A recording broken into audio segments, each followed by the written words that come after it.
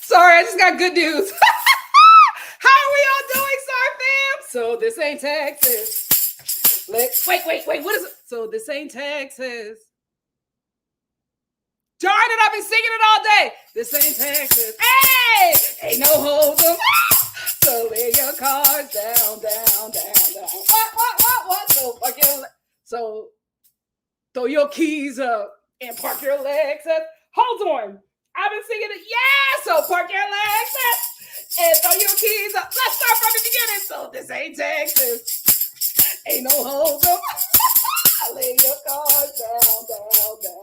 So do what? So park your legs up, hey, and throw your keys up, ow, and stick around. We going country. How are we doing, Star fam? How are we doing? I've missed you all so much. If you are new here, just know if I'm ever going this long, it's because of work or it's because of show week, which is work as well. I just finished one show. I got another on Saturday. Life is good. God is good. How are you? Also, I am going to talk to the Star fam for about 5 or 7 minutes. We have new house rules that we have to tend to. But first, let me check in with you guys to see how everybody's doing. Carmen said, oh, yes, I've been hoping for this all day. We've got to talk Traitors. Listen, it's getting good. Hey, Opulent. Oh, yeah, we're going to, maybe next week. We'll see. Hey, Nisha. Nisha said, hey, everyone, happy Friday and happy weekend. I'm on the east. More snow. So everyone be safe. Ciao. It's hot over here. But yes, be safe. It's Latasha. What's up? Yes, we are, Miss Kiki. Hey, KMV. Thank you for being here. Nisha said, oh, Erica, this is your karma. I pray you. Woo! All right. Please let me know you're recapping. Yes, I have not watched it yet. That's what I'm doing after this. So I'll probably they'll probably be recorded. A lot of stuff is probably going to be recorded from here on out. I'll talk to you guys about that later. Carmen said, I can't wait, guys. I've even got myself a snack so I can enjoy it. What do you want Nikki to talk about first? Yeah, let me know. I normally talk about Beverly Hills first. KMB said, did anyone see the new Housewife and the Hustler? Erica got to be a robot. Ciao.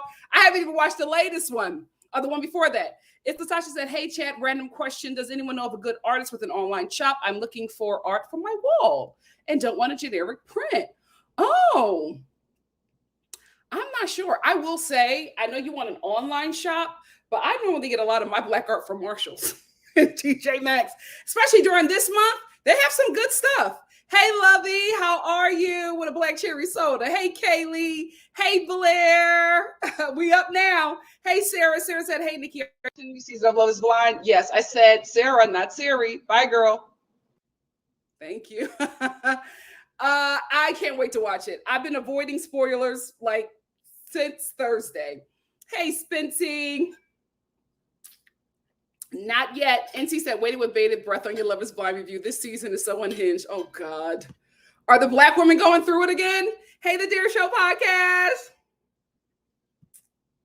Hey, Connie. Hey, no hold up. Ah, I'm so excited. Hey, Alicia. Hey, Jasmine.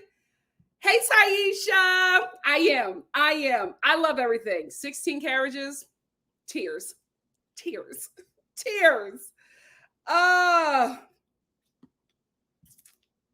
Nisha said, I'm happy you're getting your coins, but I miss your lives. I go to your playlist, so it's all good. Thank you. Thank you so much. Hey, NTR. NTR said, hey, Nikki, Star fam here for the pre-post review. Laugh since I don't watch these shows. Oh, thank you for being here. You're right on time. So listen, guys, we have to make some changes. This is breaking my heart. Even talking to you guys, I'm like, so I'm going to go back to recorded reviews. I won't do the lives as much. This is probably going to be my last live for a while. At first I was like, I'm not doing anymore, but I was just like, you know what? Let me just fall back, reorganize the channel, and figure out a way to make this place a safe space for me, a safe space for you guys, and make it fun again. Here's why I'm doing that. Lately, I don't know what's going on. I feel like, my discernment is like picking up a lot of stuff. So I'm feeling like I got to start making some changes because something is happening. Something is coming. Something is happening. I just have to be prepared for it. So I'm going to pull back to prepare for some things that are about to pop off. I also have to work on making sure my image is protected, my family's image is protected, and making sure that the work that I am putting out is protected. And the reason why I say that is because lately in the comments, I've been having issues with dementors, people who I believe are trying to make this channel not what it used to be. And I am not in any way, bowing down to them. But I am going to have to change the game plan. And I hope you all stick with me through it because there will be some changes, but it's still going to be fun. We're still going to have a good time. And the lives are not going away fully, but I just have to be better about how I handle my image online just because of the work that I do. Now, those of you who do not know, I'm an actress and a writer out here in Los Angeles. My entire family works within the entertainment industry. And because of COVID, I have been here a lot more than I am normally am. And I've created a community because of that, a community that I love and cherish and want to continue on as I go throughout this career journey. I started to do the lives about a year or so ago, and we've just been having a good time there. But I'm starting to see that people are writing things in the comments that could really ruin everything that I've been working on for over a decade since I've been out here in LA. And I just have to be a bit more careful about what I put out because even if it's not true, a lie travels farther than the truth. And it's just the way the industry is. And right now, I just don't have a big enough following. I don't even have PR to really protect me from any negative press that could kill any momentum that I've had. Most recently, I told you about somebody writing this whole thing in my comment section about how I made an ageist comment. And even though she commented on what she commented on that she thought was ageist, I explained to her that I have a different dialect. So what she thought it wasn't. And even though it was corrected in the comment section, I don't know how long that comment lasted before I was able to catch it and before somebody else saw it. And that was really nerve-wracking for me. So I came here and I gave an explanation. Now there's someone in my comments saying that my mother is xenophobic and that I have a xenophobic platform.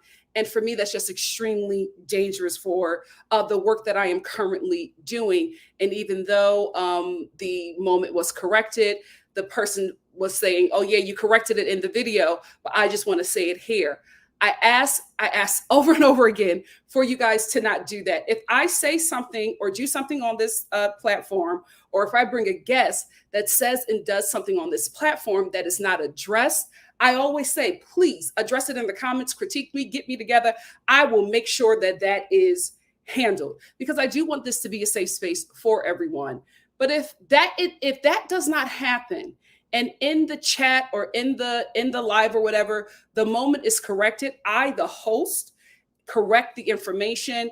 I change up the conversation. I make sure that my audience is protected. Why in the hell would you still write something like that in my comment section and make people think that I'm some xenophobe? Now I'm an ageist and I'm a xenophobe. So you're putting these things out on my platform that could potentially ruin something that I've been working for a very long time. So I just have to be careful. I have stated over and over again that this is a safe space for Black women first, right? And people of the LGBTQ community, Black people of the LGBT community, Black immigrants. I really try to make this space safe for everyone. Women, right?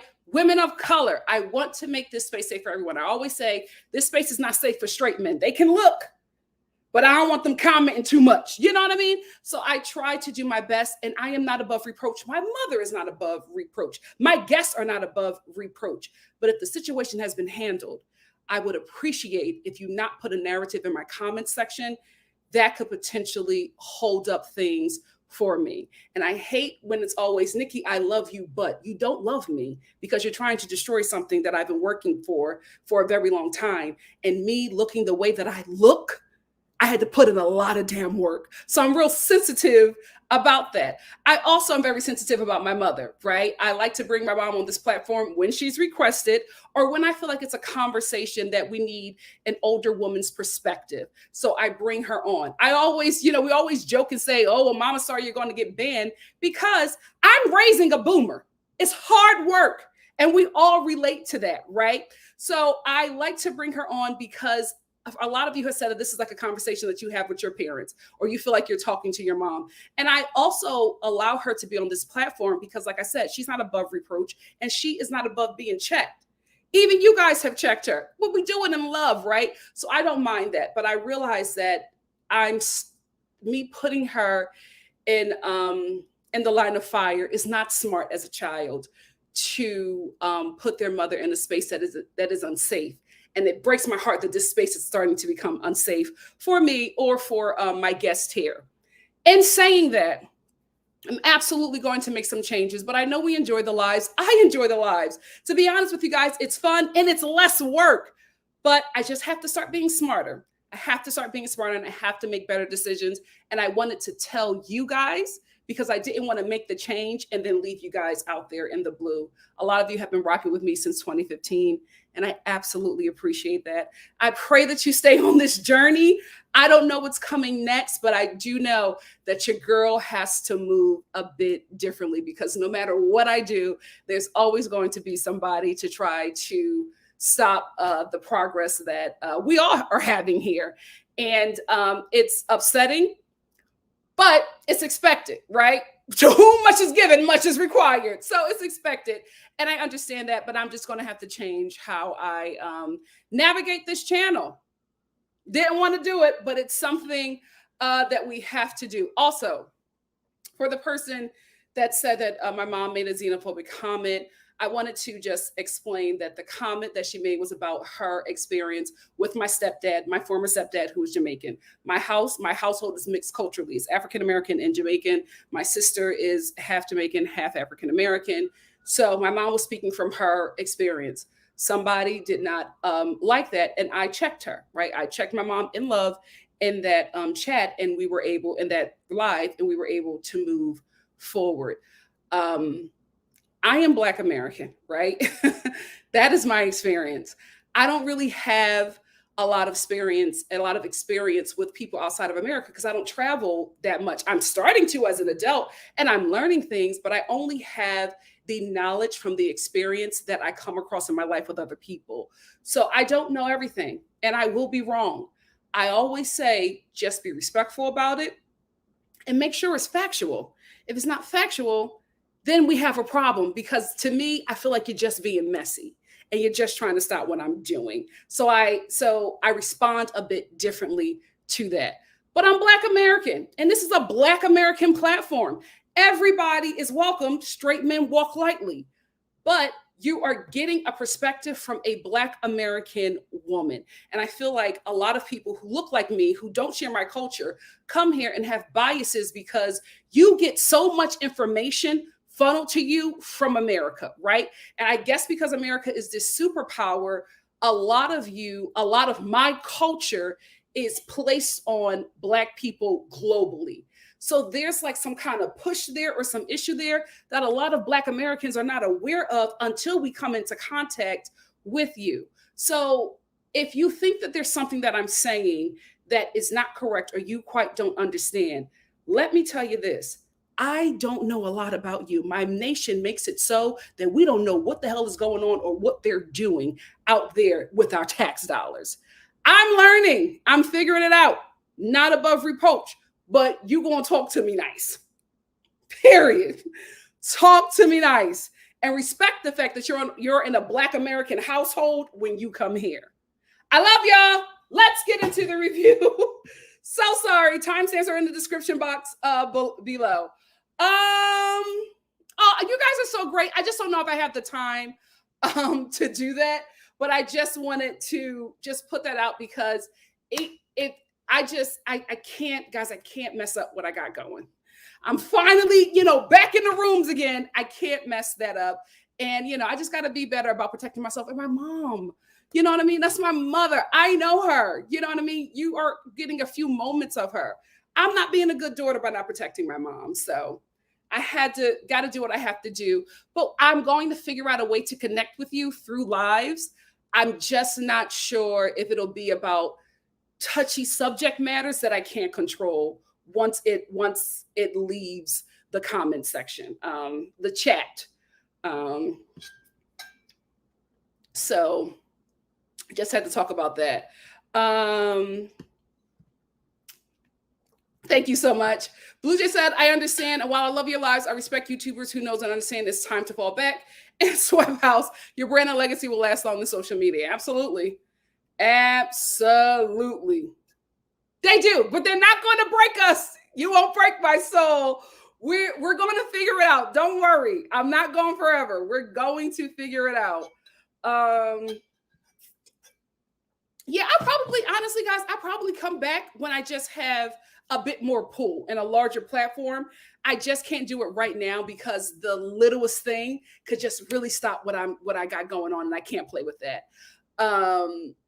Listen, Nisha, you haven't been a problem. All I say is you can disagree with me. I'm fine with that. But if there's something that you disagree with that is fixed within this live, just don't write it in the comments because it just makes things harder for me. Thank you so much. I really, really appreciate it. We do. I wish I could find something like that. It's difficult. It's work.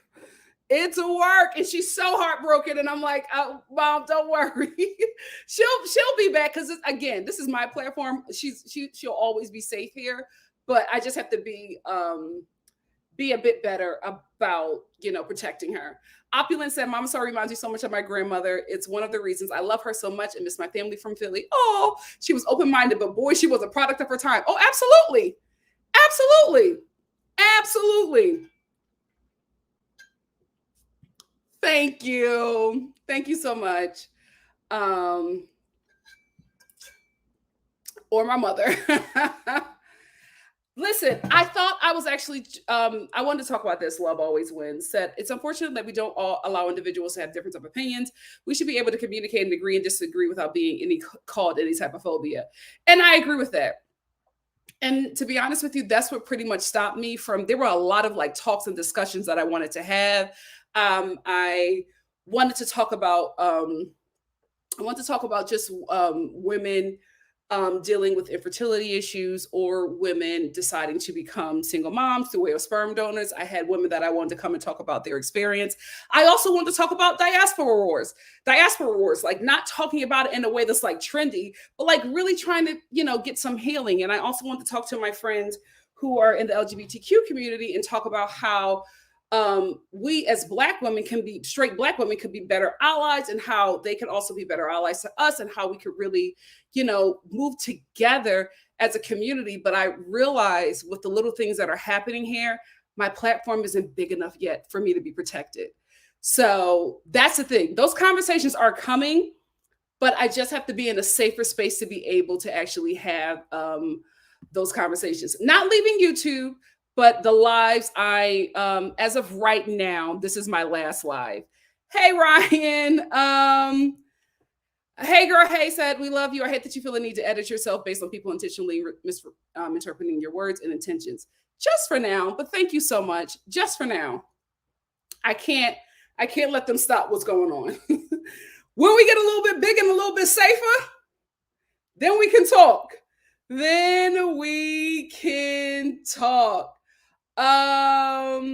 Thank you so much, Busola. I absolutely appreciate the super sticker. Thank you all so much. Thank you. That was the issue. They said, oh yeah, I know you corrected it, but why the hell you say so? But if it was addressed, you put that out there, and then, like, to be honest with you, I don't know who came to my page and saw that and then was just like, oh, she's not safe for me. That's not what I want. That's not what I want. Love is Blind is coming on Monday. If I can get it out fast enough, it'll be Sunday. We'll see. I'm talking with my team to see what we can do. But as of right now, this is going to be the last live for I don't know how long. I'll try to check back in and just have a good time. But I think we might just do like fun lives and nothing about a review or any kind of subject matter, just for the safety. We can probably get deeper when I'm at a safer space. But right now I can't. Nikki, no! Absolutely not. Blue Jay said, I will say, as someone learning about identities, I never once felt bad or disrespected in your space. As someone who is sensitive, I feel held in your space. Oh my God, Blue Jay, thank you. That's so sweet. That's so sweet. Yes, we will do it. I'm figuring it out. I'm actually thinking about maybe doing lives on my other channel because it's just lifestyle. It could be lighter over there. Maybe we will see, but oh, thank you, Lamille. Thank you. Yeah, we will see. I'm going to try to figure it out. Because I enjoy these and it's a lot easier for me.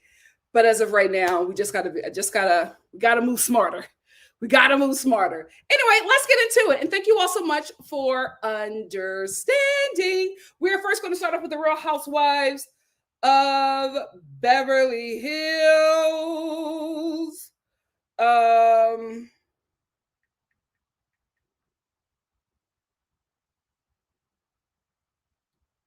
Erica, I really hope that this is the last episode where she talks about being a victim, because it's not clicking. It's not clicking for her that nobody saw her as the victim, right? Everybody saw her as someone who was supporting a liar and a scammer. Nobody said that she was a liar and a scammer, but it was just like, you are supporting a liar and a scammer, and nobody can get behind you because you're supporting him and then saying that you are a victim. And then when you are asked to just give these things back that was bought by money that was stolen, your response is, well, what about me? And I don't give a F about them. So people are responding to you because of the things that you have said and your actions. The things that you said, your actions and your reactions. Nobody is making anything up. And I feel like in her mind, she's just like, oh, I'm a victim. They didn't support me, and now I've been proving right, and they need to apologize. But I'm like, you're totally missing what people are telling you. They did not like how you handled the situation. Nobody believed that you did anything wrong, but nobody liked how you handled the situation. You are literally on camera saying, F the victims. What were they supposed to say on camera? But she just doesn't get it. And it's so crazy how she's still staying there. Let's go on to Kyle, because what Kyle is going through is why I always advocate for women to live their lives before they become a wife or a mother. Here is why. Kyle is now in her 30s, not in her 30s. Kyle is now, I think, mid to late 50s. If I'm wrong, please correct me, not being ageist. Mid to late 50s, I believe. And she's been a mother since she was 19, right? She's been a wife since she was 21.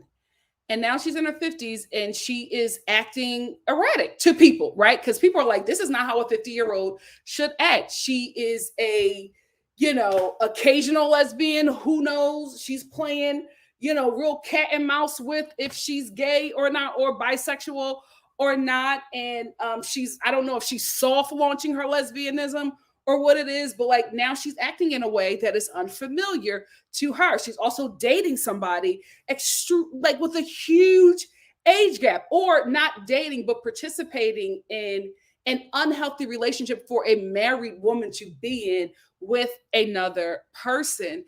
And she is literally in her confessionals crying all the time, trying to discuss her marriage with Maurizio.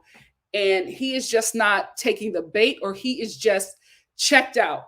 Whatever it is, people are just like, why is she acting this way? And I feel like the reason why she is acting this way is because she has gotten to a certain age in her life and she is looking over her life.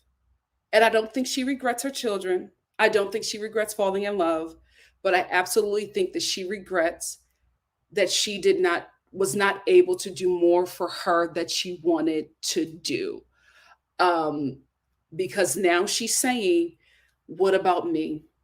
Nobody is checking for me. I'm doing everything. And now she's doing things to spite Maurizio, right? So she'll go on the trip and she won't tell him. She's like, well, he did that to me. Instead of discussing that with him at the time when he was doing that, she was okay with it. Not okay, but not voicing it, right? Because that was her role as a wife and a mother. And now that, she's about to become an empty nester, the kids are getting a little bit older. Her last child will be out the door in about 4 or so years. She is now looking at like, what is my life? What have I done? I have not done what I wanted to do. So now let me just start making these rash decisions and nobody can tell me anything. I feel like she's daring somebody to say something. So she could be like, well, I'm doing this. Everybody else is able to do something. I'm not able to do it. Now that I'm doing something, now it's a problem. Right? Like expecting something so that she could have something to say back, because she probably swallowed her entire, marriage and raising her kids, how she really felt. And that happens to so many women. That's why I'm always like, ladies, do what you want to do. Live your life, because unfortunately in this society, as a woman, when you become a mom or when you get married, the person you was literally has to die. The man can live his life out the way he has always wanted to live it. You have to die and be reborn as a wife and a mom, and the identity that you had before no longer exists. You are not able to grow. You are not able to chase your dreams and still have a family, but the man always is. And that is unfortunately how our society is set up. And even if there are older women who don't believe that it should be that way, they're still going to side with the man, because a lot of women are very male-centered. We don't want to talk about it, but a lot of women are very male-centered. That's why we can agree with a lot of things that Monique says and then be like, girl, what are you talking about? Because unfortunately, that is the mind of a lot of women. So there's no support for women to be free in any form, in any community. There's just no support. You think you'll get it from your own community of women, and they'll be like, oh no, well, this is who you have to be now. You can't even bring up the man, because they'll be like, well, this is just how it is. So I think that people think spazzing out, but I think she's just tired. She's tired of being a mom. She's tired of being a wife. She wants to be who she's always wanted to be. And she's just getting frustrated because she never voiced her frustrations. She's played the game, she's played the role, and now she's just tired. Because a lot of people are just like, oh, I think they're faking it. I honestly do not think for 1 second that the conversation that she is going to have with her kids and Mauricio next episode is something that she will fake. I think she is so put together. She does not want anybody to know that anything is wrong with her. That's why she made sure to get Kim off the show, because Kim was about to tell everything. And she didn't want that to happen. Because the minute Kim said that your husband stole my house, Kyle made sure to give her the crazy storyline and get her off that show. She wants everybody to think that her life is perfect. She's worked hard and she's curated it that way. But now she's in a space where she is tired of keeping up appearances. She wants to live her life now. And I think that just happens when you get older. And you just are just like, I want to do for me.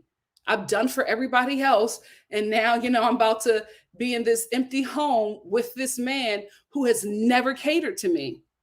I don't want to live my life like that. It happens all the time. Especially, how like you go away to college and then your parents break up. You're like, what happened? I thought everything was together. No, it wasn't. Your mom just needed for you to get out of the space so that she could really just break free from the relationship. So I think that's what's happening to her. And that's why I always advocate, ladies, live your life, because this world, this society is going to expect for you to die and be reborn as a mama and a wife. Unfortunately. Garcelle, who I love, right? But these celebrity kids she raising, Garcelle decided to give her son, the one that favors his father the most, opinion-wise, she decided to give him more freedom. And if she lived in like Jersey or South Dakota, maybe I would be like, okay, girl, that's fine. But I think Garcelle is trying to raise her kids normal, but there's no way you're going to raise kids normal on TV. These kids are rich kids of a well-known celebrity, who, and a connected father in the entertainment industry, who are being raised on a very popular TV show. There's nothing normal about them. So the normal life that you're trying to give them is just impossible. So you're going to have to be overprotective of rich celebrity kids that you are raising in Los Angeles. So she's like, oh, I'm just going to let you take the Uber. I'm going to just give you more freedoms. And I'm just like, he's not normal. You cannot give them the freedoms that you think. You are right to be cautious. You are right to want to know where they're at from time to time. These LA kids especially LA entertainment kids, are different. They are different. They are not the kids that you were when you were a teen. This is a new season, a new day. They are going to have adults around them doing any and everything just to get connected to the popular celebrity parent. That world, especially in LA, is not safe for them. I'm like, girl, you don't need to pull back nothing. Pull back when they're an adult. But right now, you need to be on them boys. But she's like, I'm just going to give him more freedom because that's what he wants. And I'm like, all right. I wouldn't do that here. Not in LA, not in Hollywood. But God bless her. That's her child. She knows what's best. I'm just saying, as an observer, I'm a little concerned. Let's talk about the mean nurse. The mean nurse. So I'm very glad that her and Crystal wrapped this relationship up. And the reason why I'm glad, or like they reconciled, and the reason why I'm glad is just because I don't think it was going to ever get better for her. Right? She came in hard and unlikable. And she just has a really just dark demeanor. And it's just really hard to root for her. Like even the Black people who are like especially in the white space, protecting the Black characters at all costs. She's making it really hard for us because I'm just like, I didn't even like what you said. Like just not really making herself redeemable. And I feel like her burying the hatchet with Crystal and just, getting to know these women now and trying to build relationships is a lot better for her career on this show and her career outside of this show. Because I'm just like, let me tell you something. If I ever go to any doctor's office and she's there, I'm leaving. That mean nurse is not going to work on me. So she's already damaged herself in that way. At least, try to repair your image on TV so you can have a good reality TV show career. Because, baby, the way you have been leading out is not a good look. Speaking of that mean nurse, she knows how to throw a party. She knows how to throw a party. That diamonds and champagne thing, that was cute. That's something fun that you do in Beverly Hills or LA, in the LA elite places. That's something fun that you would do on a nice Saturday with you and your rich girlfriends. And what is his name? Jason of Beverly Hills. The fact that she was able to get him to serve these ladies like he's working at some mall teriyaki store handing out samples. I was like, you got Jason's of Beverly Hills to work for you? Okay, I might want to see more. I might want to see what else you have, because that was a big little move. Who else had done that on this season? That was a big little move. That was cute. The party was cute. The reconciliation was cute. She started to come around for me. Leave that husband off the show. If you come back next season, I don't know, girl, because they're going to talk about him. I would just start crying. Like, as soon as they bring your husband up, I wouldn't even go to protecting him. I would just start crying. Because if you're crying, they can't beat up on you. They can't get any information. As soon as they say, oh, we heard about your husband. Just go. My life. Fall out. Fall out until they move on, girl. But I really liked her performance this episode. Really good job, Meanie. Crystal. That clip on bang, don't ever do that again. Don't ever do that clip on bang again. Absolutely not. It was giving cashier that works at Clear's. It was not cute. It was not giving money. It was not cute. You do a good middle part or side part. That's what you need to do. That bang-yang, that clip on bang-yang, that was two different textures. No. I don't know where your assistant, what hair store in Slauson your assistant went to get that clip on bang-yang, but don't do that ever again. Don't do that ever again.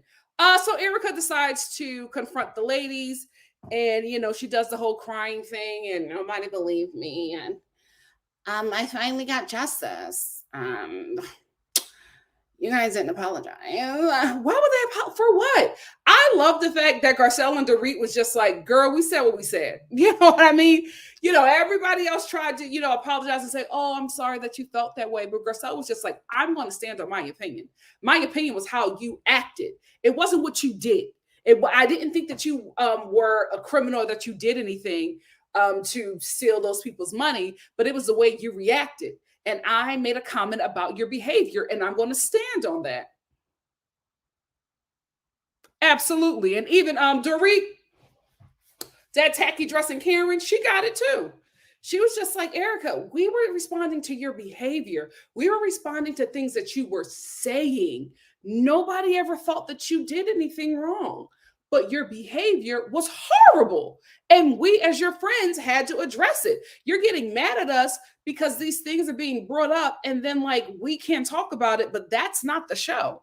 That's not how it goes. And so for that, I'm stick with my opinion. And I'm glad that they did. I'm glad at least two people, stuck with their opinion and did not allow Erica to get away with it and play victim. That one little tear, girl, you were wrong. And I can't believe that she still doesn't realize it. But she did say at the end of this episode that she forgives the ladies and she's going to move on. I hope she does, because I was really enjoying Erica, but she is rubbing me the wrong way with this storyline. So I hope that she has wrapped this up.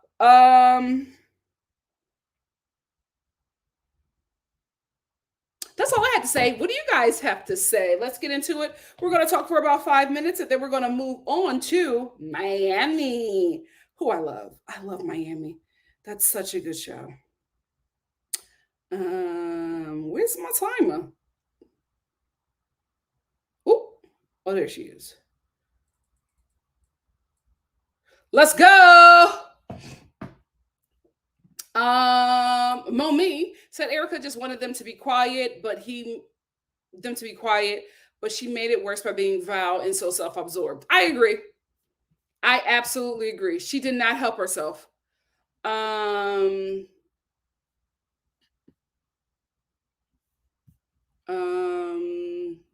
guys, thank you so much. I'm gonna figure it out. We're gonna figure it out. Taisha, so that Erica is trying to fool the ladies in the audience because she keeps stating she won her appeal. However, if you get into the details, the appeal was confirmed. It was bought by the appeals confirmed that it was bought by the victim's money. She's not helping herself. She's not helping herself. Lovey said Mo started acting different when he started to let us know that he gets high. And I think between his extra activities, he is rumored to have yuck. Remember when he was the hottest husband on Housewives? Him and Juan Dixon, we used to go up for them. But now, child. Ms. Bershika said the irony of Kyle's midlife crisis is that there's nothing particularly unique about it, but she really wants everyone to react to her choices. I will say it's like I am in no way defending Maurizio. However, I'm like, you keep on trying to pick a fight with this man on camera, and he is just not like, he's not taking a bait. You know what I mean? And I also feel like the way she explains how she feels, for me, it seems obvious that she never said these things to him. So it's like now you have built up this resentment for Lord knows how long, and you're getting mad at him because he was able to live a life that you weren't able to live, but he would not have been able to live that life if you did not go along with being his support. You know what I mean? I think in the beginning, he didn't have money. She had the money. Then he started to make the money and she became a kept woman. And I think she just got sick of being a kept woman because he started to fly a lot higher than she anticipated. I think she wanted to soar with him and probably wasn't honest about that. And it was probably just like, oh, I'll stay home with the kids. But do you really want to stay home with the kids? You probably don't. You probably wanted to take the trips with him and make those real estate deals as well as a couple. But you agreed to staying home with the kids. You got to communicate. You have to be open and honest about how you feel. Because I think now there's just like this huge resentment there towards Mauricio, but she's just not expressing it. And so he looks like, and so he doesn't look like the bad guy, unfortunately, because he don't know what's going on because you're not saying anything. Or at least on camera. NC said, I hate the way Kyle keeps repeating Mauricio had nothing when I met him. It's emasculating and mean. What did she have when Mo met her? Nothing besides riding the Hilton and Kim's coattails. Well, that's enough, right? Because that got him the relationships, and he was able to establish himself in the real estate business because of that. I think she keeps on saying that he had nothing as a reminder that she made him. She let him know, without me, you would have none of this. So you acting like you that dude? No. I'm that girl because I made you. Child. Blue Jay said, being a mother and a wife is an interesting conversation. If you lean too much into, you're obsessed and made it your personality. But if you don't want to, you're seen as a neglecting partner or mother. Absolutely. It's like you can't win as a woman. It's crazy. It's crazy. Miss Brown Sugar said, I never thought that Kyle wanting a divorce / attention in her marriage were fake. It's the drawing out her plot line and breadcrumbing that feels inauthentic. And I will agree with you on that. It's Latasha says she should let him live full time with his dad. See how he likes that. If he wants to act like his dad, he should live with his dad. The only thing that concerns me about that is that we're in LA.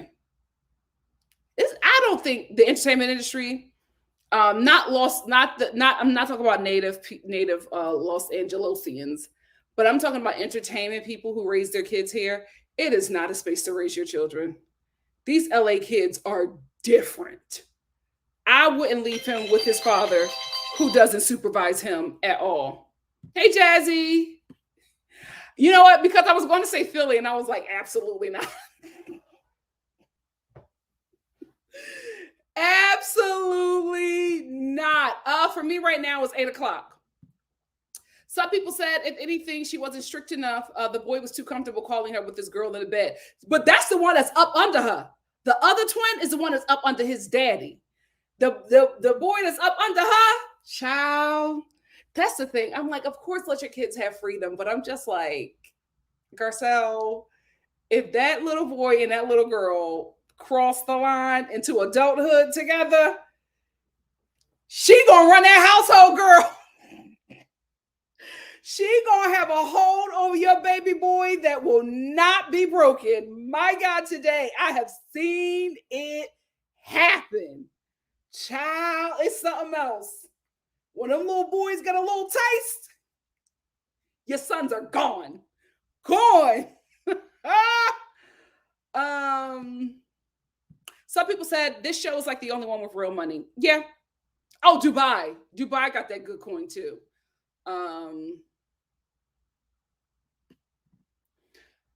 R3245 said, sidebar, I wanted Erica to be on the next season of Traitors. She would be good. Oh, absolutely. Absolutely. Absolutely.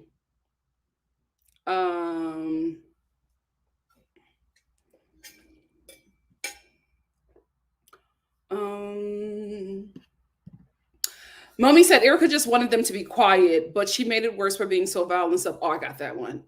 You're right on time. Thank you for being here. Some people said Erica definitely is a criminal, though. If they wanted to be petty, they absolutely could drag if they have the space. I don't know what that girl did, but I feel like she accepted gifts that she probably knew, but you look the other way. That's what the game is the game. That's the game.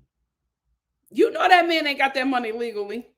Especially any woman that's dating a billionaire. Girl.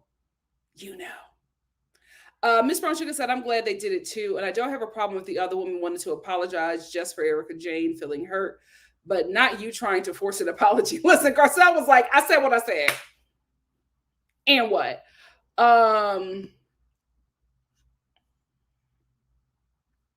Watch parties would be fun. I might do those on TikToks because I absolutely cannot do that on here. On NC said, unpopular opinion, I wouldn't mind seeing Anne-Marie back for another season. She's got a lot of work to do, though. And the husband child. Listen, I will say I was not interested in seeing any more of her. This episode, I was just like, okay, you doing a little something. I'm interested. I am interested. KMD said also, like when Erica said without prejudice, she didn't know what she was talking about, KMD. She didn't know what she was talking about.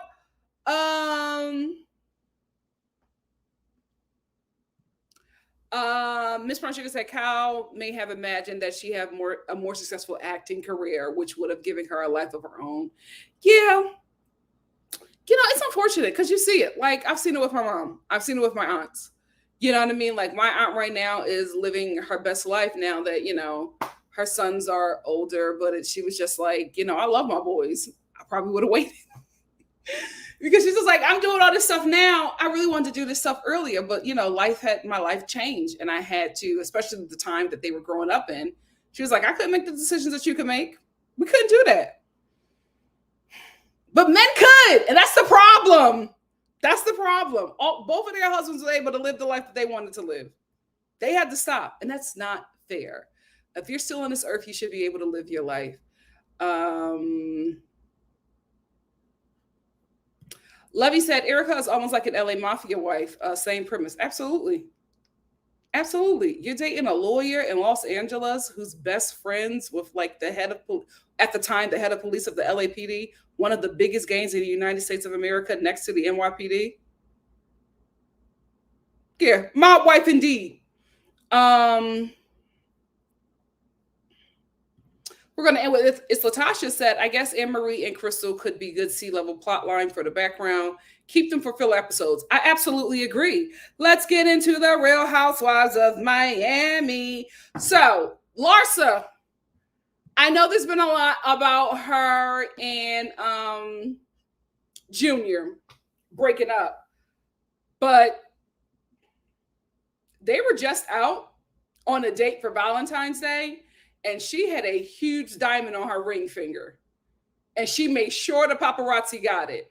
So I don't know what's going on, but I know she secured another season for herself. I don't know what's going on with Junior. You know, he did show a picture with his father, and people were saying he's back in the will. So him and Larsa broke up, but I don't think so. I think they're still together. I think we're going to see Junior next season. I think Larsa needs to be realistic, right? You're a woman in your 50s. This is a man much younger than you in his early 30s with no kids. And he talked about wanting children. Bang him and move on. Like, this is, I don't know. I don't understand the eat, pray, love women who try to make these eat, pray, loves a permanent. Like, girl, let that young boy throw you all around that condo. You know what I mean? Walk around feeling good because you got the heir to the Jordan fortune, right? Feel yourself for a minute. Trick on your young buck, because we know Michael ain't letting him have no money because he don't trust how he spends. But just, you know, this young buck is supposed to be for vaginal fun, and that's it. You are trying to make him a husband, a baby father, for what? This is your time. You're supposed to be living your best life and having a good time. Why are you trying to lock it down with him? It's insane. It's insane. And I just feel like these ladies played the game so long, they don't realize the game has changed. You got to evolve with the game. Evolve with the game. Just have a good time. You're doing podcasts with him, TV shows with him. No. He's supposed to make you feel good because you're an older woman that bagged a young guy who comes from wealth. So you're supposed to be feeling some sort of way, right? He got a name for himself. He's supposed to make you feel good. He's supposed to boost your self-esteem and satisfy the coochie. That's it. You're making it too much. And I feel like you're going to have egg on your face at the end and just be embarrassed. And girl, leave it alone. This is not the relationship that you should try to make it into. Leave it alone. Lisa, not a big deal, but why were you getting your makeup done before showering? Do y'all do that? No judgment. No judgment. When she was getting her makeup done, the first thing she said was, "Oh my goodness, I'm getting my makeup done. I haven't even showered." Huh? That was weird to me. Well, let's talk about Lisa. My girl, Lisa's never wrong. She is never wrong. Kiki keep on apologizing. And I'm like, Kiki, stop apologizing. I'm sick of Kiki apologizing to Lisa. I'm sick of the ladies apologizing to Lisa. Lisa is not the only one going through something, but she's acting like it. And all of the ladies, although they are frustrated, they keep on trying to accommodate her. And they literally have a person in their friend group who is battling cancer. I'm so gagged. I'm like, I am so gagged. Like, when she was having a conversation with Dr. Nicole, I honestly got it, right? And she was saying that she moved out of her parents' home when she was 16 and immediately moved in with a guy. And when she broke up with that guy, she moved in with another guy. And that was her cycle. She kept on moving in with men who financially supported her until she ended up with the big fish that is Lenny. That has been her life. And she was just like, maybe if I had a better relationship with my father, I probably wouldn't be in those situations. Probably. Your mother as well, right? There's no way your parents should even have allowed you to move out of their home at 16 and move in with a man. A guy, I guess his family moved her in, but they shouldn't have even allowed that, right? You weren't protected. And I think a lot of her security is in the safety and care of a man. So since that has been her life, I think she's freaking out about doing it alone. That's why she's jumped into this relationship with another guy, because I don't think that Lisa knows how to be alone. I don't think she knows how to exist without the support of a man. And I think that's a very dangerous place to be in, because she will always be in these spaces when the guy gets done with her. I think she needs to figure out a way to be with herself and financially care for herself and her children. And if that means you can't have all the purses, you can't have all the shoes, you can't be the fly girl, then that's just what it has to mean, because you have to break this cycle for yourself and for your children watching you. You have just got to get free of this. But when she said that she moved in with somebody when she was 16 and that was her cycle, I was just like, it makes sense. It absolutely makes sense. She does not know how to survive without the financial support of a man. And I think she learned very, very early on in her life that sexual favors equaled a better way of life. And as a adult woman, I don't think she's fully dealing with it, but I do think that she is reacting in a way as someone who is a protector of that 16-year-old that did not have protection. I think we talked about this before, about how you react in a certain way based on your trauma, right? And I think, and she even expressed it to Kiki when they made up. She was just like, I was not upset with you. I was mad at Lenny. That anger was for Lenny. And I was triggered and I gave you that anger. And Kiki said the same thing.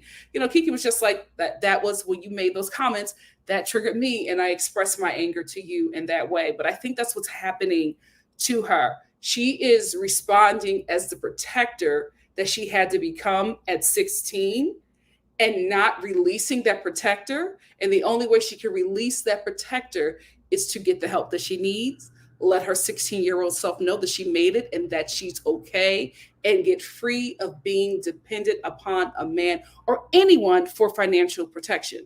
She needs to learn how to exist with herself and be able to financially support herself, because she'll always end up in these situations with men that she does not love, men that she does not want to be with, but men that she thinks that she needs so that she can survive.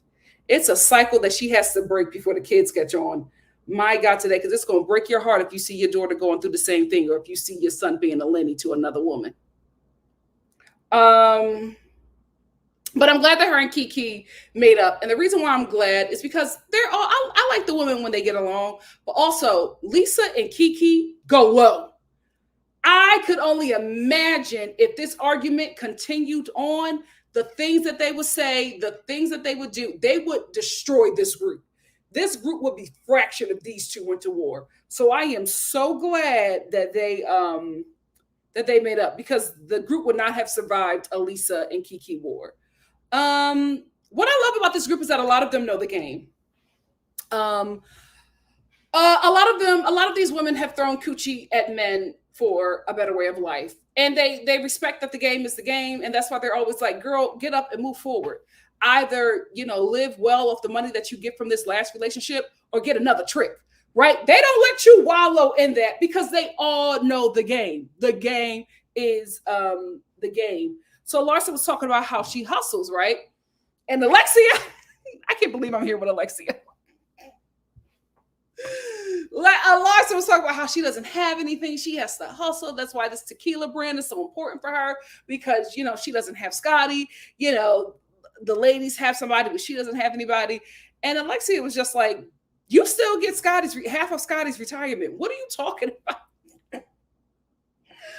Alexia was just like, she's over here acting like she's still not being taken care of by the last guy that she was with. Now, you're not going to experience the life that you experienced with Scotty when you were with him, but you do get a lot of financial support from him. You get half of his retirement. You're not married yet, so you probably still get alimony. You still get child support because you still have children under the age of 18. Like, it's not the lifestyle that you had before, but you ain't going broke. He probably pays for, a part of your kids' housing, if not all of it. So Alexia is just like, this game that she's trying to play, that she don't have nothing. She gets money. She's just mad that we got a man that we can rely on, which I think is the truth. I think that's the issue. I don't think it's I don't think it's so much of the financial support. I think it's Larsa's relationship girl. That's what she is. And it's very easy for her to beg like young Black men who come into money, because they all have, a desire for two things, an exotic non-Black woman and an older woman. So they get that with her, but then she tries to legitimize the relationship, and it's falling apart when it doesn't work out, instead of realizing that this is another part of the game. Is that, but the difference is you're starting to now fall for the trick. And this trick is young and know what the game is. But now you, because you're older and you've been tricking all your life, you want something better. You want a relationship now. But you're not going to find that with these young boys, right? You're probably going to be able to find it with somebody who is your age or older, but you're not going to be able to lead out in that relationship. And I think a lot of women who have relied on men like how to like take care of them want to get in relationships with younger men so that they could have the upper hand in that relationship. And I think that's what she wants. That's why she'll always skew younger, because she can have the upper hand. And that's why she'll always go black, because they will put her on a pedestal. But you're trying to find a legitimate relationship with these young black men, and it's never going to pan out. It's never going to pan out the way you want it to pan out. So, girl, you got to look older, and maybe within your community. Maybe within your community. But Alexia was just like, absolutely not. You're not going to play in my face. You have support. You have support. You're not the only working woman here. Like, we all work and we all trick. I can't believe I'm here with her. I just love how, Alexia just gets Larsa together. Now, Larsa is known for giving gifts that are a part of her brand, and they're sick of it. And I'm just like, Larsa, why would you do this? Because they've already mentioned that they don't like that you do that. Like, any trip that you invite them on, it's something for your job. And here we are, you're bringing them to Mexico because you want them to know about your tequila company. It's not just a girls trip, it's a work trip for you. And now you give the ladies a gift, but it's a logo of your tequila brand, but you're using it as, oh, it's a diamond necklace, but it's still a logo. And Kiki was just like, I'm gonna be a walking billboard. And Alexia was just like, that's good branding. Because it is. It is. It's just like, this is not a genuine gift. This is not a genuine trip. You are using the ladies to promote your brand. And you cannot be mad if they take it and pawn it or melt it down and make it something that they really want. Like, it's just not fair. You do not give genuine gifts. It always has something to do with something that you're making money from. And they've called it out before. So the fact that you did it with a straight face, good TV. Did you guys think it was weird? Oh, where's Marisol? I don't have Marisol's picture, but let's talk about it. Did you guys think it was weird when Marisol left the trip and was just like, hey guys, I gotta go. I'm going to Scotland to get married, to renew my wedding vows, my marital vows. And I'm like, is the ladies aren't going? Like, what's going on? The show isn't going to film it? I thought it was so weird that she left the trip halfway through to go renew her vows and the ladies were not going. Like, why wouldn't the show cover that? That was very weird to me. Very weird. I was like, okay, leave to go renew your vows and we're just not going to see it. What, are we going to get iPhone footage of you renewing your vows when the ladies, it would have been a fun time to see the ladies there in Scotland turning it up? Oh, well. Lenny and Lisa, they finally agree on something. So Lenny finally agrees that Lisa can get a home for their kids. He agrees to a plan. And coincidentally, the house plan that he agrees to is a plan that her man created. So she's just like, you don't want my man in your life, but you don't want my man in your kid's life, but you're going by a house plan that he put together that your kids will be living in. I think it's so selfish that man is kicking his children and his now ex-wife out of a home that they've all lived in, that the kids have been raised in, so he can live in that big mansion with his new girlfriend that does not want him really, and put Lisa in some condo with his kids.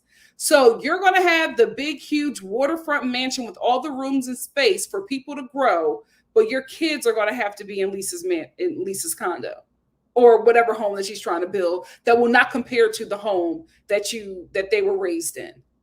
Why don't you move out with the girlfriend? Why she got to move? You're the one that broke up the family. That's so selfish, but that's the thing. It's better to get a purse, a nice investment from these tricks, Don't try to make a family with them. He's gonna put you through hell. He is gonna put you through hell.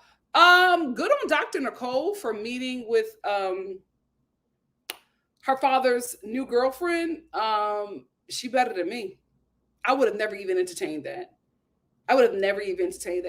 And I can't believe that her dad, may he rest in peace. I believe that he's passed away.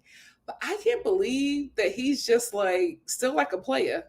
Because he's going to say in front of his daughter to his girlfriend that's the same age as her that he wants a baby. And if she's not going to give it to him, he's going to get it from somebody else. And I was like, you talking like that at damn near 70? I know he was a menace when he was younger. I know he was a menace. He was like, if she don't give it to me, I'm going to get it from somebody else. They never grow out of it, huh? They remained this way their entire life. And the girlfriend was just like, oh, he tracks my period. He want a baby that bad. Whew, I don't know how y'all do it. Can we talk about Adriana and how she has successfully been able to like repair her relationship with Marisol and Alexia? Is that not mind-boggling to you guys? That's so mind-boggling to me because I'm just like, how are y'all chill now? The way Adriana tormented Alexia and Marisol, and they are like just laughing, having a good time, but they can't move on with Dr. Nicole? That's so crazy to me. I'm like, what does Adriana have on them? She has to have something that they're just like, you know what? She's a better friend than an enemy. That's what it's giving. Because there's no way that you guys are able to be besties with her and hate Dr. Nicole when she has done nothing. Nothing to you. But this woman has done everything thrice and in your face.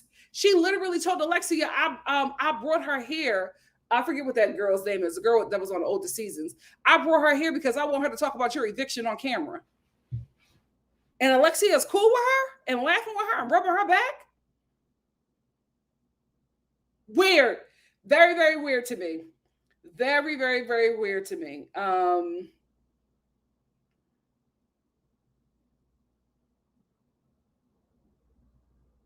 So we end this episode with the ladies getting the article that Michael Jordan does not like that Larsa is dating his younger son, because I guess TMZ asked him about it. He said he didn't like it or whatever. And, you know, the ladies are questioning Larsa and she's just like, oh no, he was just joking. Oh, she's such a good gaslighter. She was like, no, he was joking. He didn't mean it like that. He was laughing. It was fun. Because she even told them that his mom, that Jordan Jr.'s mom, approves of the relationship. But we all know that Larsa's not telling the truth. We all know that she's lying. But the way that she was sitting there, she's just like, no, guys, no. He was joking when he said it. No, guys, he was joking. No, he wasn't. No, he wasn't. You think he wants his rival's ex-wife to be dating his child? Like, make it make sense, Larsa. Make it make sense. Bang that boy and release him. Bang him and set him loose. That's all I have to say. What do you guys have to say? Let's get into it.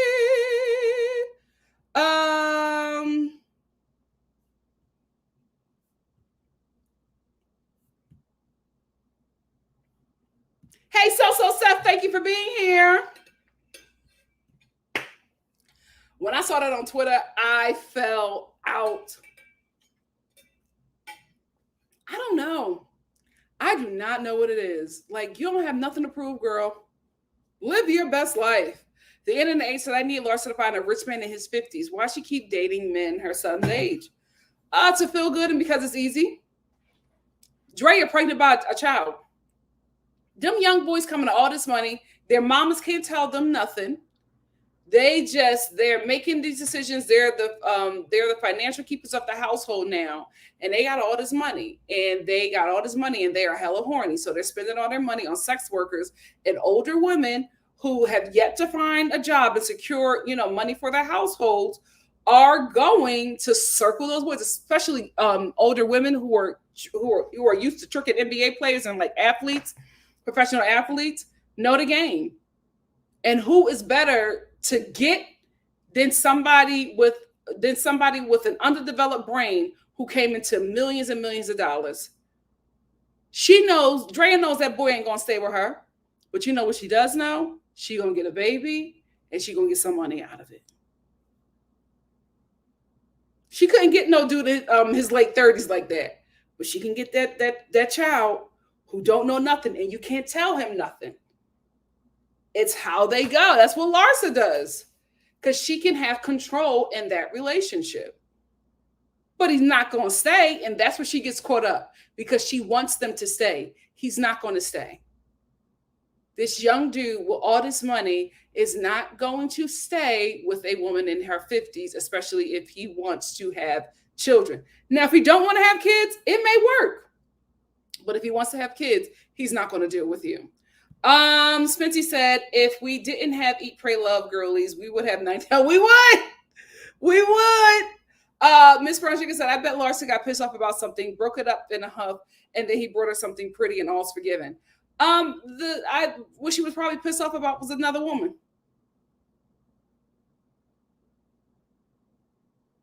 Marcus got the upper hand in that relationship. Larsa thinks she do. Marcus got the upper hand.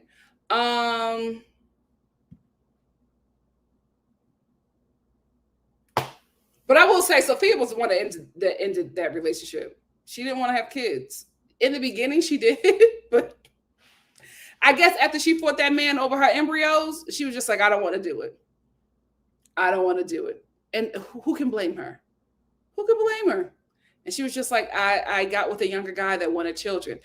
Now, I will say this. I do not think that May-December relationships do not work out. I think May-December relationships with a large age gap with somebody who is significantly younger, like somebody in their 20s and you're in like your late 40s, early 50s and 60s, like that's ridiculous. Walk away.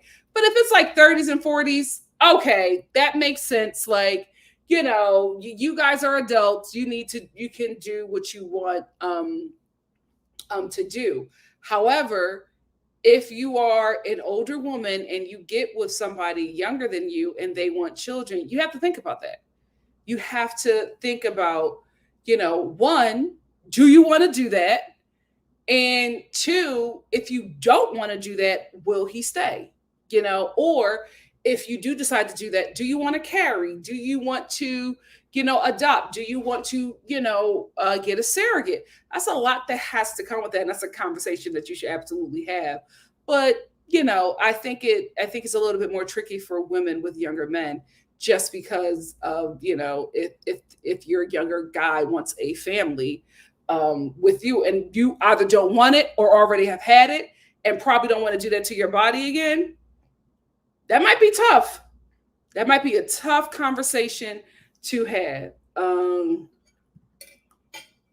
Wasn't that so weird? I was like, why would you volunteer that information? But you know what? I feel like to her, it wasn't weird. She probably does that all the time.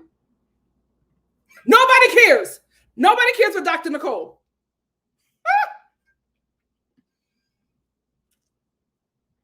No one. It's the most insane thing to me. And next week, it's going to be a bloodbath. It's going to be a bloodbath. The end of the H said, Lisa has never been on her own ever. She needs to break the cycle. I hope she does, but Miss Sugar said, but Gertie is black, so they pretend she's Superwoman, but Lisa gets to be fragile. Yep. Listen, that's what it's supposed to be. Vaginal fun. You really think that you're going to be able to have a life with this 34-year-old and you're in your 50s? You want to be going to PTA meetings in your 50s with a third grader? Not even a third grader. A preschooler? Like, come on, Larsa, do you want to do this? You have to think about those things. Especially when you already have children and they're growing up. You got to think about those kids' relationships. You know what I mean? And it's like, it's the worst thing ever if you have a father who's single, because my God, today, the age gap between me and my siblings from my father's side, it's crazy. I'm just like, put that thing away. Like, stop procreating. It's ridiculous at this point. What I look like talking to this 4-year-old? It's crazy. She's going to have to call me auntie or ma'am. I'm going to let that child call me by my first name. It's just weird. It's weird. But the men can do whatever they want. Isn't that how it always is? Miss Brown Sugar said even when they were house condo shopping, Lisa said that Jody doesn't pay her rent yet. And now apparently, oh God, here we go. The NNH said, I worry about Lisa's daughter. Let's hope she breaks the cycle and gets a good education. We will see. Maybe Lisa will protect her and doesn't want her to go the way that she had to go. You know, a lot of mothers change the cycle for their daughters. Even though they're still in it, they'll change it for their daughters. NC said, my jaw dropped when I heard that Lisa openly admit that she hadn't watched it. But isn't she cosplaying like she a Black Jamaican? That's don't give me Black Jamaican activities. Blue Jay said, damn, Nicolette, the psychologist and sociologist. Oh, here we go. Thank you. Hey, Kayla. Kayla said, hi, people of God. Praying that everyone had a great week. Thank you so much. The Ed and the H said most of these women have married multiple times or been models. They know what's up. They know the game. That's why they don't let Larsa and Lisa do all that crying. They say, okay, cry for one day, but then pick yourself back up and get back in the game. Hey, Robin, thank you for being here. How much is it? Let me know, Kim. Hey, DGF, thank you for being here. But honestly, it seems like Larsa's paying for everything. Do we ever see Jordan tricking on her? And I promise you, if Jordan Jr., if he was tricking on her, she would tell us.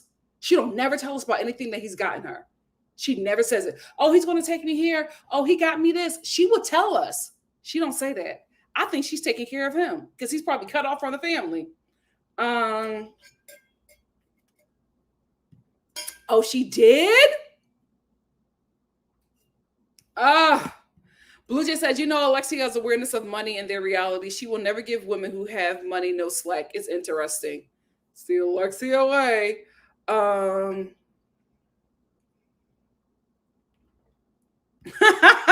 Opulence said, Larsa's being a cheapskate for giving gifts she can write up on her taxes. Absolutely. Absolutely. Jim. They were like, Jenna, give us a real gift, please. Please. And I think they're all just like, oh, it worked for them. But they were going at the guys their age. Like, Kim better stay with somebody her age, or they better stay white. Kim cannot go after nobody young and Black. Girl, don't do it. Yeah, wasn't it weird? I was like, Alexia's not leaving with you? It was very weird. It was very, very weird. Blue Jay said, if someone can invite on a trip or nice gifts from their brands, I don't think I would be upset, especially if it's prepaid. I would be a stand-in model. I don't think it's a problem either, but she always does it. She does that in place of an actual gift or in place of an actual girls trip that she put together. It's always a way of manipulating these ladies to become brand ambassadors for whatever job that she's doing. And I don't think that's fair. Oh, he is. But see, that is the thing. You cannot make this trick your husband or your child's father. Get the money and go. Then find a man that you really want to marry and create life with, because you are a trick. He's the tricky. You the hoe. He gonna treat you like that. As soon as he gets tired, he gonna treat you like that. You cannot trust them. Never trust a trick. Yeah. And who's gonna watch them kids? The nanny. That girlfriend ain't gonna watch them kids. She probably gonna treat them kids like garbage.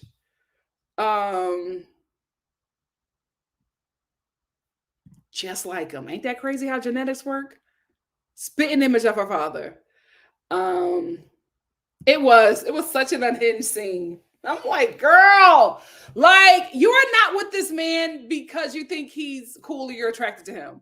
We know why you're there, because her dad the father looked like he spent money on women. You know what I mean? He looked like he spent money on women. That's why she's there. The NNH said ain't nothing like an old player.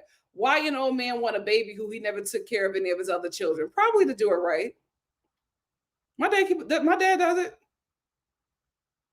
He keep on having them until he gets it right. And I'm like, you're leaving when you check out of here. Who gonna raise them damn kids? I'm sorry, this is not about me. It's not about me. Miss Brown Sugar said Lisa's dad, may he rest, was charming the socks off of Marisol and Alexia last season. He must have a way. Probably. Yeah, she's younger. She's wealthy. She got an attractive man that tricks out on her. You know what I mean? And it's a genuine relationship. It's love there. They want to be together. And if she did not have him, she would be fine. It's the same thing that Candace goes through. The women who got where they got by no shade, laying on their backs, hate the pedigree girls. Hate them. Hate that they didn't have to do what they had to do. It's a mess. That's what I think, Miss Brown Sugar. She knows something. She's a better friend than enemy. She's a better friend than an enemy. D. Nicole said they have been playing nice with Adriana ever since she had Anna pull up to Nicole's luncheon. But Nicole is somebody I don't want to rock with. But you want to rock with Adriana? It's weird. JG said Kiki was all of us. Like, that wasn't no joke and there's no approval. Knowing her, the mom probably didn't even comment. Oh, what did I missed something. What are you doing? What are you doing in your 50s with a 33-year-old? What are we doing here? Like, come on. Now, if Larsa ain't never had a child, you know what I mean? And she was just like, I'm finally with somebody that I love. We both want this. Go ahead. Have your miracle baby. Sarah did it. Why not you? Right? Do it. But let's not play this game.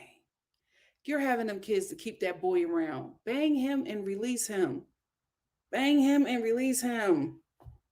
Let it go. Let it go.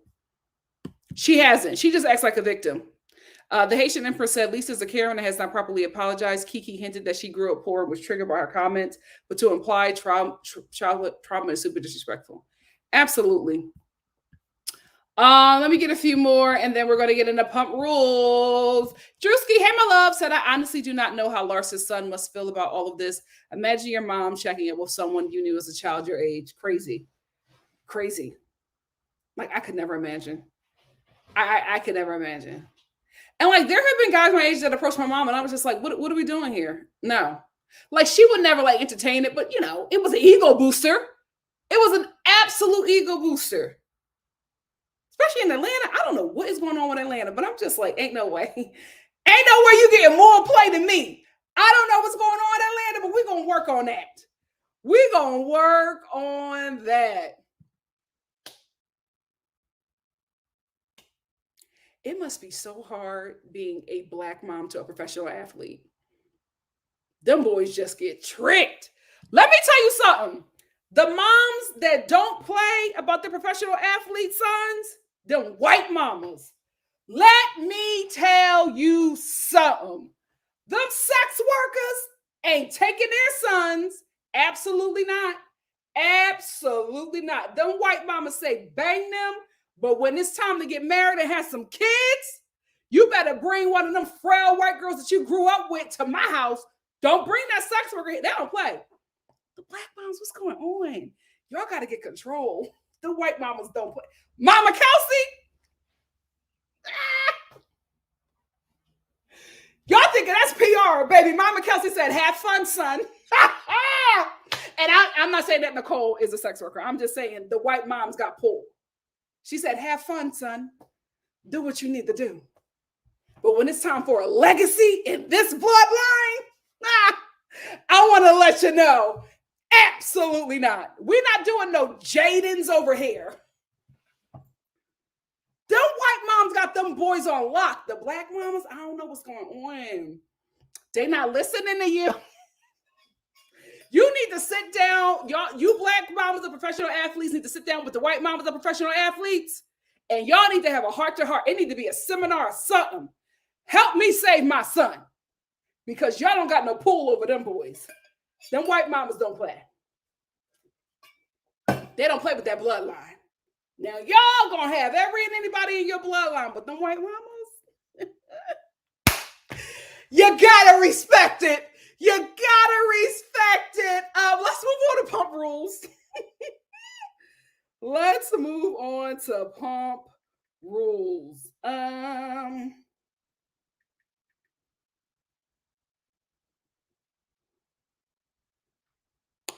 let me tell you something.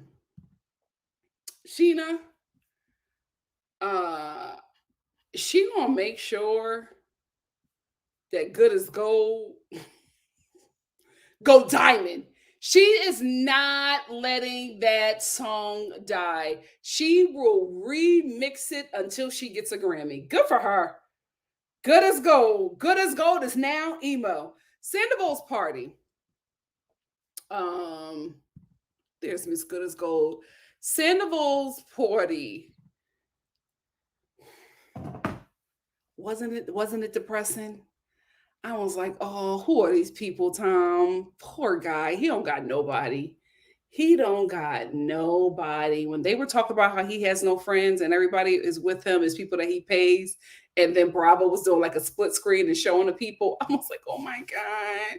And he's like talking about everybody, and these people are just, it's obviously they're yes men and women. And it's so sad. All you got to do is apologize and change your behavior. I think he is in the same place that Erica Jane is in, where he is like constantly playing victim, and it's just like you were in no space to be a victim at all. This party was so sad. And Billy, I don't remember much about Billy, but I remember she did something and I couldn't protect her. I think she did something, and the Karens were rightfully pissed on that show. The Karens of WeHo were rightfully mad, and I was like, damn, Billy, I can't defend you. But I really wanted her to take them broads down. Poor thing. But, she's now on the show as like a Tom supporter. But I don't think she's going to get much play because I don't think the show's a huge fan of hers. It's crazy how we met Lisa and she was this huge restaurateur. Now, like all of her stores are closing because she meets with Tom when she's at Pump, and she's like packing up, and because Pump they can't afford the rent there. And let me tell you something, when the rich can't afford LA, we in danger. We in danger. She's taking her business to Lake Tahoe. Lake Tahoe. And is SAR still around? Because I remember when Villa Blanca closed, now Pump is closed. I think SAR is the only one. Child, keep Lisa in your prayers. Keep Lisa in your prayers. But anyway, she's opening up a restaurant in Lake Tahoe. I would love to see how that store turns out. I don't think Lake Tahoe would be as messy, but it would be interesting to see if there would be some kind of crossover. But anyway, let's get back to Sandoval. Sandoval comes to meet with Lisa as Pump is closing. And Lisa's very emotional because it's her business, and it's closing. It's not making any money, so she has to close. And she's also dealing with the fact that her brother has passed away by committing suicide. And Tom comes, doesn't give a damn about where this woman is at emotionally, and just trauma dumps on her. Talks about how, everybody is ostracizing him. He doesn't like how he was treated. It's not fair. They shouldn't throw him away. And, because they threw him away, he said he has had thoughts about committing suicide. Why in the hell would you say that to somebody who just lost their brother to suicide? So as soon as he said that, Lisa just clocked in. She didn't hear anything else that he said. She clocked in, and then she was just like, don't do that. Make sure you talk to me.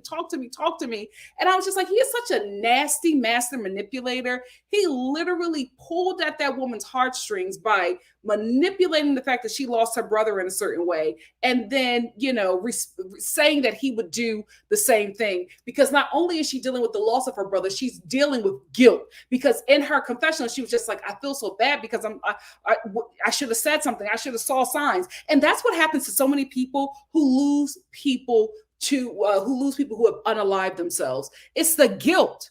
You feel so bad. You're like, what did I say? I should have came when they told me to come. And she's dealing with that. And this nasty man uses that as a way to garner sympathy from her. So now, because she's concerned about him, she's telling him whatever it is, I want to do for you. What I want to take care of you. Please don't do this. So now he's found a way to get back in the good graces with someone who has a lot of pull over the group. Nasty work.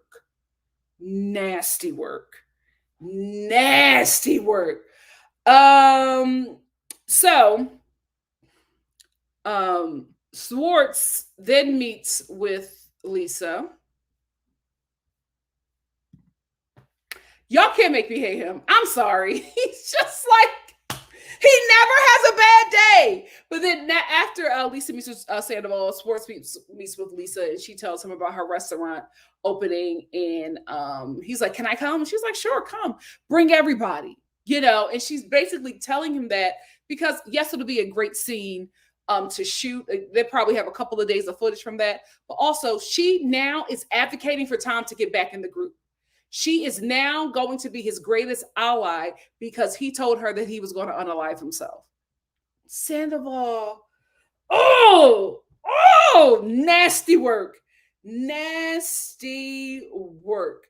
Although, I will say this. So after Schwartz invites himself to Lake Tahoe, and Lisa says, bring everybody. Then Schwartz goes back to the group and see you next Tuesday for Jane's performance. I can't believe he's still performing there. Anyway, he goes and he meets with everybody. He's just like, well, I met with Lisa. She wants me to come to the Lake Tahoe opening. I want to invite everybody, including Sandoval. And Ariana, who is rightfully pissed, is just like, well, I'm not going to be anywhere he is. I don't want to do that. And then she was just like, listen, Schwartz, I gave up on you a long time ago. So losing your friendship no longer matters to me. I'm not going to be anywhere where that guy is. And then the rest of the group is just like, well, we agree or whatever. And Schwartz is like, you can't speak for the whole group. But the whole group is like, we do agree. This is what Schwartz has to understand. Sandoval is your best friend, right? And you are able to forgive him after multiple offenses. People get to a point where they just realize their life is better with you out of it than constantly forgiving somebody who has poor behavior. So I honestly understand a lot of people in the group not wanting to film with Tom, like being Sandoval, or to be anywhere where he's at. Here is the thing. Ariana is starting to lose traction with the group. Because when Tom said, you're not the queen of this group, you don't speak for everybody, there was a shift. There was a shift. Only Katie spoke up and said, oh, we agree. Nobody else said anything. Here is why. James wants to reconcile with Sandoval. He loves him. James loves Sandoval. He looks up to him. It is what it is. That is their relationship. He wants to fix it. But Sandoval is just such a narcissist. He doesn't realize how deeply he hurt him, right? And all he has to do is apologize to James and change his behavior, and James will be back supporting him, right? James wants that friendship. James's girlfriend just wants to be on the show. So wherever he goes, she is going to go. Right now, she's Team Ariana because Ariana is the queen of the show at this moment. Let's tell the truth and shame the devil. Katie can't stand Schwartz, and she can't stand Tom because in her mind, if Schwartz wasn't besties with Sandoval, she would have a much better husband, right? But unfortunately, her marriage fell apart because her husband at the time just was connected to bad fruit. That's where she's at. Now, Lala is riding with Ariana to a point because Lala want to be the queen of this show. She's always crying about that funny looking man that she done had that baby by and how she didn't know that he was such a terrible person, hoping that that storyline gets her some traction. But Ariana is a force, right? And the thing about it is, for a lot of them, Ariana was never a force. She was always a day player. Now she done went from a force to the star of the show. There is going to be some pushback because now that we have Lisa advocating for Sandoval, Schwartz is now back on the Sandoval train. James is expressing that he could move on with him, and the rest of the group is just silent. Now, y'all was speaking up at the reunion. Y'all was saying all kinds of things, but now when it's brought up that Sandoval is going to be at the trip, the Lake Tahoe trip, not everybody is as decisive as they were at the reunion. And I feel like because of this, and I think this is production's doing Ariana, stay woke. Ariana, stay woke. I think production is getting sick of Ariana because they need Sandoval in this group to interact. They cannot continue to film these fractured scenes without the magic of this ensemble cast. That's what it is. There are no stars on this show and there are no heroes. Last season and this season, we got a star and a hero in Ariana. So this is a different dynamic for this show. But now that Ariana is running the show, there's not much that can be done without her approval. And I think because of that, production is being real slick. And I think I think they're talking to certain people. And I think one of the people they are talking to is Lala. Because then the only reason why I think that is because when Lala filmed that scene with her calling Raquel saying that she felt bad for treating her that way, I did not for 1 second think that that was Lala's idea. I thought it was absolutely production. And I think the tide is going to start to turn. I think Katie is probably going to stand 10 toes down deep, 10 toes down with Ariana, but I think that's going to be the only one. I think she's going to lose a lot of her favor because production needs everybody to film together. They know that that's where the magic is. This is a messy group and they all need to be together. They're not messy anymore because the mess has been removed. And now everybody is just trying to make sure that Ariana is okay. So now every scene is just chill. We don't have the drama and the mess and the chaos that is Pump Rules or the chaos that made that show so great and brought it back that so many people are checked in. So production doesn't want to lose the eyes that it has on this show. So they have to keep the mess going. They cannot keep the mess going if Ariana doesn't want to film with Sandoval. Because how many episodes like this is going to be watchable, right? You're just watching them hang out and watching them talk about Sandoval.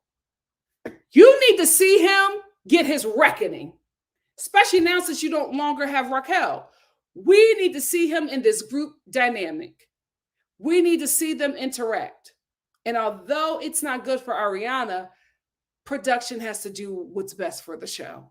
And what's best for the show is them all filming together. And I feel like we are going to see a shift in this show soon and very soon. So Sheena, this whole episode and episodes before is talking about how she misses Sandoval. He blocked her. She reached out to him. He didn't reach back.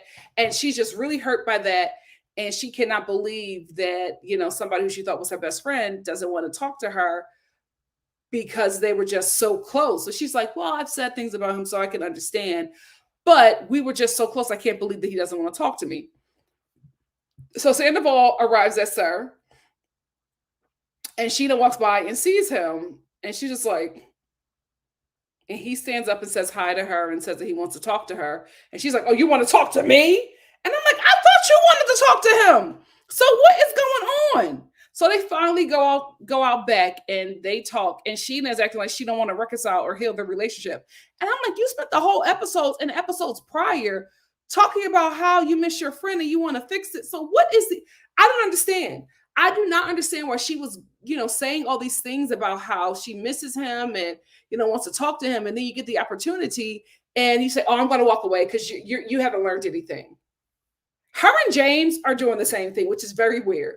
It's very obvious that you want to be back in a friendship relationship with Sandoval, but your fuse is so short. And I don't think your fuse is so short because you are protecting Ariana.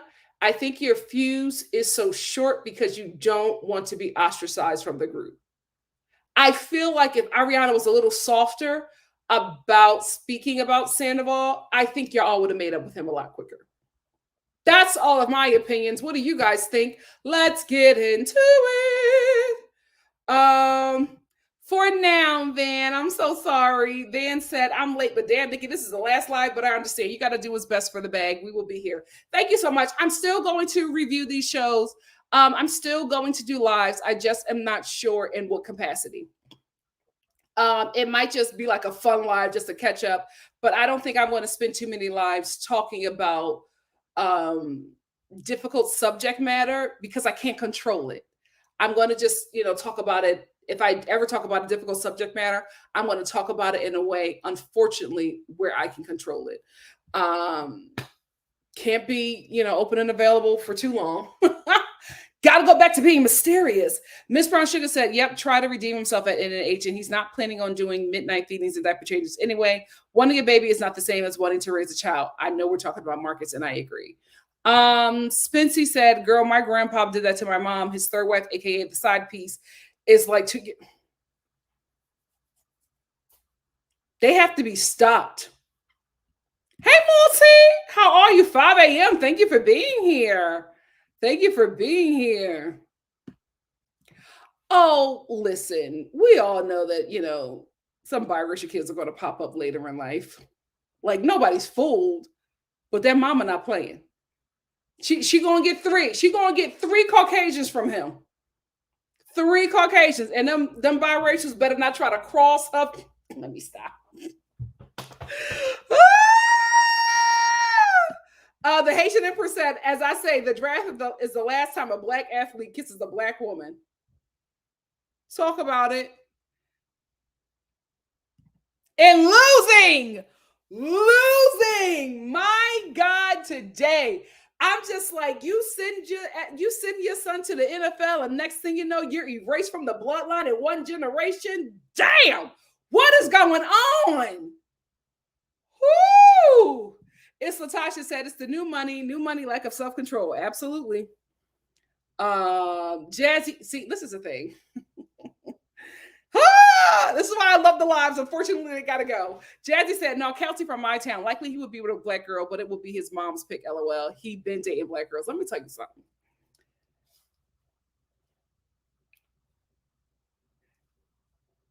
One of the most successful and popular tight ends in the NFL, who's white, even if he was black, he's not marrying a black woman. Like, it's not, guys. The NFL will never allow it. The NFL will never allow it. Y'all need to talk there. I wish I could get, I was going to say, I wish I could get my sex worker friends on this show, but no, I'm not going to put them on blast like that. But I don't think you guys understand. Black relationships, black love is seen as a protest to white supremacy, right? So you can't go far. Shout out to who was it? Harry Belafonte. It was either Harry Belafonte or Sidney Poitier, who told Eartha Kitt, I can't go where I need to go with a black woman. Like, it's not going to happen. You are not going to climb in the ranks with a black wife as a black man. Like, it just does not happen. Or a black wife, period, right? Now, he is basically the face of the NFL. We don't even see Patrick as much as we see that boy. You think they're going to put him on a huge platform, pay him all this money to be their brand ambassador with a black wife? Guys, now, will he have black baby mamas? Absolutely, because that's what he liked. Nobody's doubting that. But I'm going to let you know, the NFL does not play. There was a professional basketball player on Twitter, white guy, who was talking about, he's retired. I forget, I was following him for a minute. I don't know what happened. But he was talking about, he was just like, my whole life I've dated black girls. Like, he was like, when I got my contract, my girlfriend was black. And he said, the bosses set me down and told me that I could not date a black girl. Like, I had to break up with my black girl. He was my black girlfriend. He was just like, I got with my wife, and, you know, I love my kids, but the marriage did not last because I was just not attracted to her. I was doing that because my job told me to do that. They literally have parties where only white women are allowed. You know how hard it is for a black girl to like get in the like any professional athlete space? Unless he's bringing her there, their league will not allow it. I know that I feel so bad for Nicole because everybody saw, like, you know, the people who know the game saw that she was that she was not going to get there. And I feel so bad because I think he loved her and I think she loved him. But I was just like, girl, he's getting too big. No way he's locking you down. No way the NFL is allowing him to be on a box of Wheaties with his black wife and his biracial kids because they don't know which way them kids going to go. Now, that might be what he like, but that's not what his job is going to accept. Come on. Who date NFL players? Who be working them NFL and them in MLB streets? You know good and well they do not let them black girls anywhere near them boys. They shut that down. Jazzy goes said another person that Beyonce is doing phone commercials. We know the economy is bad. These celebrities even need the funds. Listen, there's no money. There's no money. There's no money. Some people said we couldn't see how bad Tom was when Jax was on the show. Now he's gonna see it. Yep. And listen, Ariana was right. She was just like, you're gonna see it. It was either Ariana or Lala who said, you're gonna see it. You're going to see it, and you're going to wish that you would have cut him off when we told you to. CM says sports is just as bad as Sandoval because he gaslights everyone. He gaslit everyone last year and covered for the affair and tried to pay Ariana is so nasty. True. CM said Ariana knew they would flip. It's why she didn't rely on them. Production also was trying to get Rachel back while filming. Yeah, I hope she's hip to the game. True. That's why, listen, I told you guys, this show had no heroes in the beginning. No heroes. That's why it was such a good show. Now we got a hero, and it's a weird dynamic.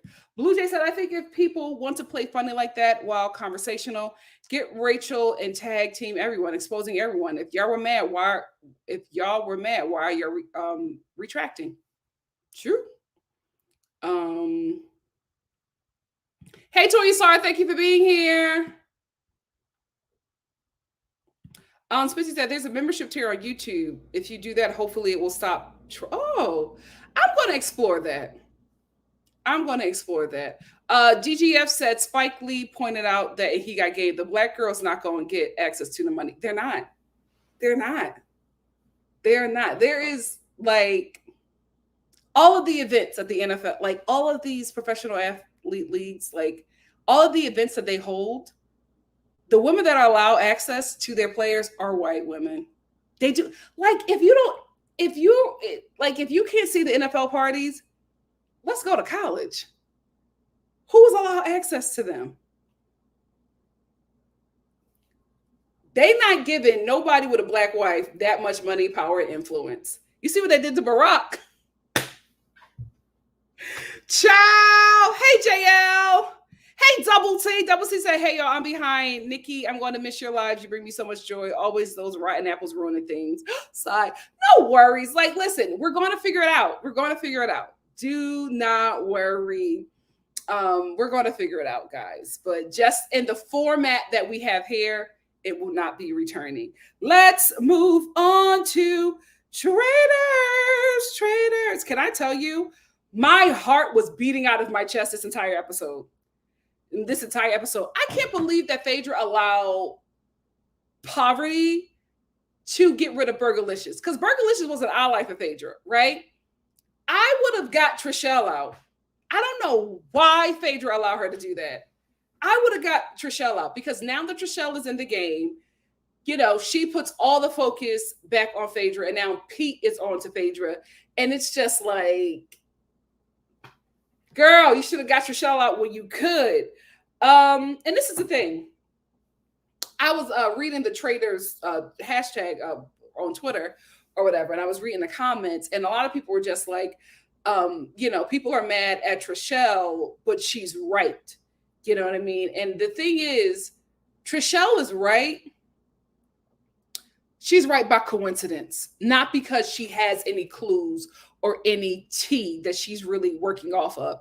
If you know Trishelle's history, she has a history of going after Black women on reality TV. That is her history. That's where she got the name Trishelle, because she would constantly go after Black women in a very vicious way. And I thought it would have been very clear to people with how she did Peppermint that of course her next target was going to be Phaedra. And if she got Phaedra out, she was absolutely going after Sheree. And if she got Sheree out, she was absolutely going after Sandra. Like no Black woman or woman of color would be safe in her presence, right? She works from an evil core of biasness and prejudice and racism that is just not fun to watch. It's not fun to watch. She brought to what was a really fun game, just outwardly biased, that just really killed the whole thing for a lot of people watching, me included. Like, I enjoy the show, but I think I'll enjoy it more when she's gone. I really, really will. Because I didn't forget how she did Peppermint. I didn't forget and I did not forget how everybody believed her with nothing. Nothing. It's the way she looked at me. That's all she said, was the way Peppermint looked at her. And everybody said, of course, Peppermint is a traitor. And the whole house turned against her. And I don't like that, because we know what she is using to get the favor of people. She's using being a frail white Karen to get people to believe her. And she's using people's biasness and ignorance and racist outlook towards Black people, especially Black women, to make people believe that there is something not quite right. Like, she never has anything foundational. It's just, oh, they made me feel uncomfortable. Oh, her eye twitched. What the hell are you talking about? It's nothing based off of anything that makes sense. So even if she's right, that's not the point. It's how she's going about playing this game. Everybody else is playing a fair and honest game. She is using racial bias to make a name for herself in this game. And that's why a lot of us do not like it. That's why a lot of us is calling it out, right? That's why Deontay left, because he literally believed Trishelle and Peppermint had to go. And he felt like an idiot, probably as a Black person, believing the things that she was saying with no proof. And all it took was, oh, she looked at me funny. And that's how she got out of the game. It's not fun anymore with her in it. And then she's doing the same thing with CT. Now it's, oh, this man was mean to me. He was so mean to me. And and she's crying all the time. And I thought we were friends, but apparently we're not friends. He hates me. He hates me. And now what happens this episode? CT feels bad because the whole house now is talking about how he treated Trishelle. So now he's going above and beyond and helping her in this game. Now she got a shield, so we can't get rid of this bastard. Oh, forgive me, Lord. We can't get rid of this demonic Karen another episode. We got to deal with her. But the thing about it is, it's a great game. It works for her. It's worked since the beginning of America. You know what I mean? It's a very easy game that she plays. And that's why it's not fun watching her. She's only right about Phaedra out of a coincidence, not from anything. Because I guarantee you, if Phaedra was going to go, Sheree was going to be on her target. Then Sandra. And everybody would be like, oh, until it's only white people left at the end. And it's just like, oh, what happened here? If you watch Big Brother, they do the same damn thing. They do the same. All them game shows do that stuff.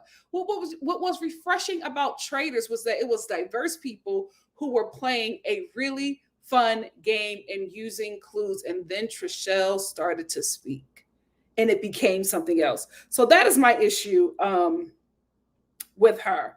I will say they do a lot of challenges, and we've talked about this before. A lot of challenges not fit for old people.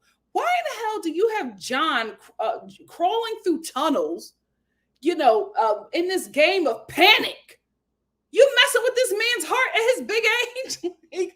Who are these challenges for? It cannot be for all these boomers and Gen Xers and millennials with bad knees. Like, what is going on? The challenges skew so young, it does not make any sense for me. But I am absolutely here for MJ, for Phaedra, for Sheree, all of them who were just like, you know what?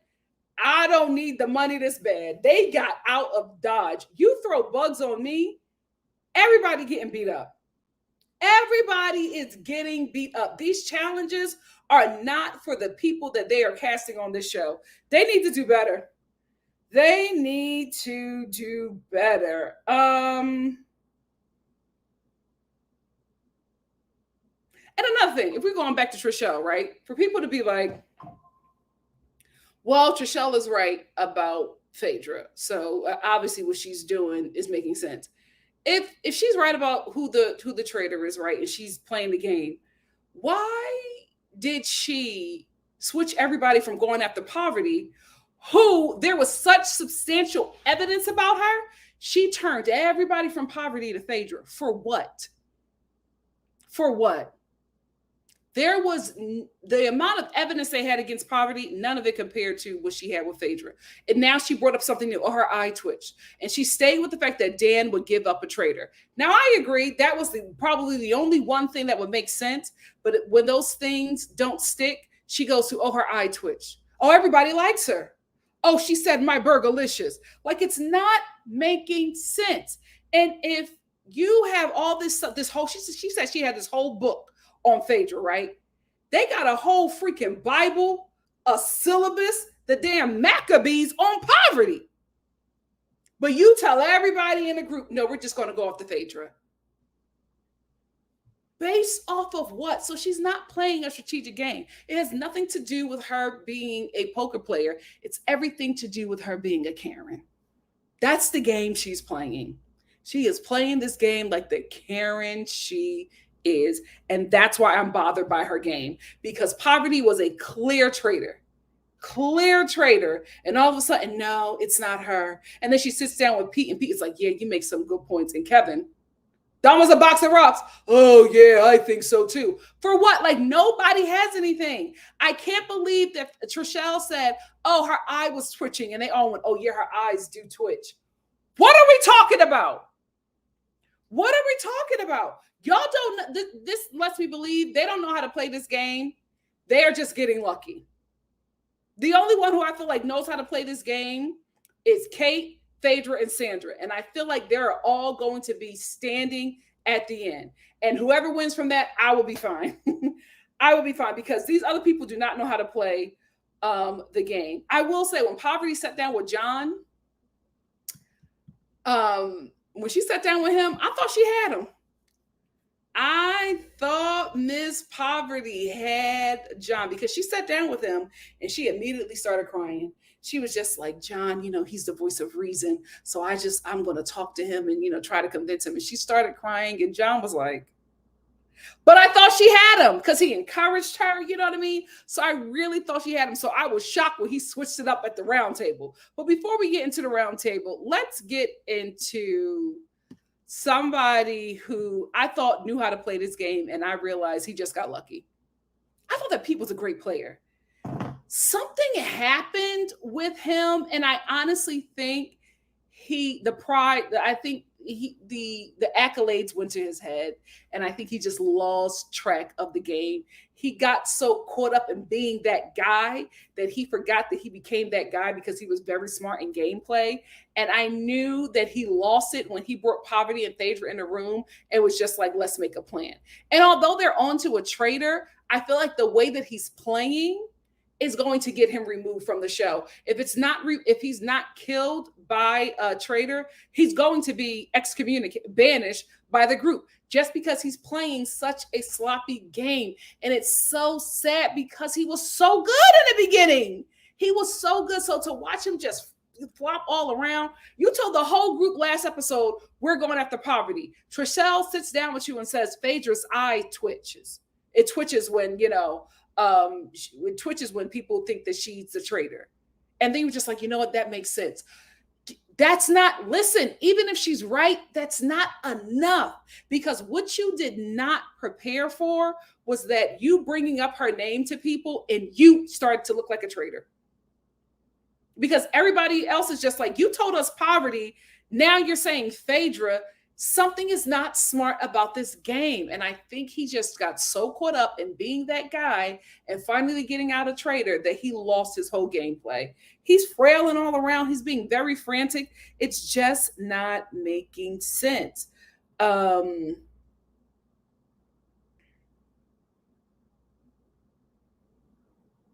let's get to this round table. Phaedra's good. She had me concerned. Phaedra had me concerned the whole game. Then we got to the round table, and I was just like, oh, I feel like you know what the hell you're doing. Let me just trust you and not doubt you any other game. So when we get to the round table, Pete and told everybody, Pete and Trishelle, oh, we're going for Phaedra. Phaedra's the traitor, right? So we sit down, everybody sits down, and Trishelle is just like, Phaedra, I have a whole book on you. And the book is, for her first point is, I don't think that Dan would leave the game without giving us a traitor. And then Phaedra goes, well, it doesn't make sense for a traitor to give up another traitor. That's not smart. And the whole table was just like, huh. Trishelle had no rebuttal to that. Then she said, well, you're never nervous at breakfast. And Phaedra was just like, how do you know that I'm not nervous? Is it because I'm not frantic like you? Phaedra, Trishelle, no rebuttal. I'm like, girl, like, make an argument. Every point that you make, she's knocking down and you just move on. So her third thing was, your eye twitches. And Phaedra was just like, what? My eye twitches? So that's another reason? Thank God for Kate. Kate said, what are you talking about? Kate was like, y'all not making sense. Y'all are not making any kind of sense with this. Y'all were telling us it was poverty. Now today, all of a sudden, it's Phaedra. Y'all are not playing smart. This is not playing smart. She was just like, we had a plan. Now at the last minute, y'all want to change it. It doesn't sit right with me, right? So then Phaedra is chiming back in and she's just like, it's just, I'm not understanding why, like, there's not enough reason. And Trishelle is not chiming in anymore. You gave this whole argument. You said you had a book on this girl. She knocked down everything you said, and then you just moved on.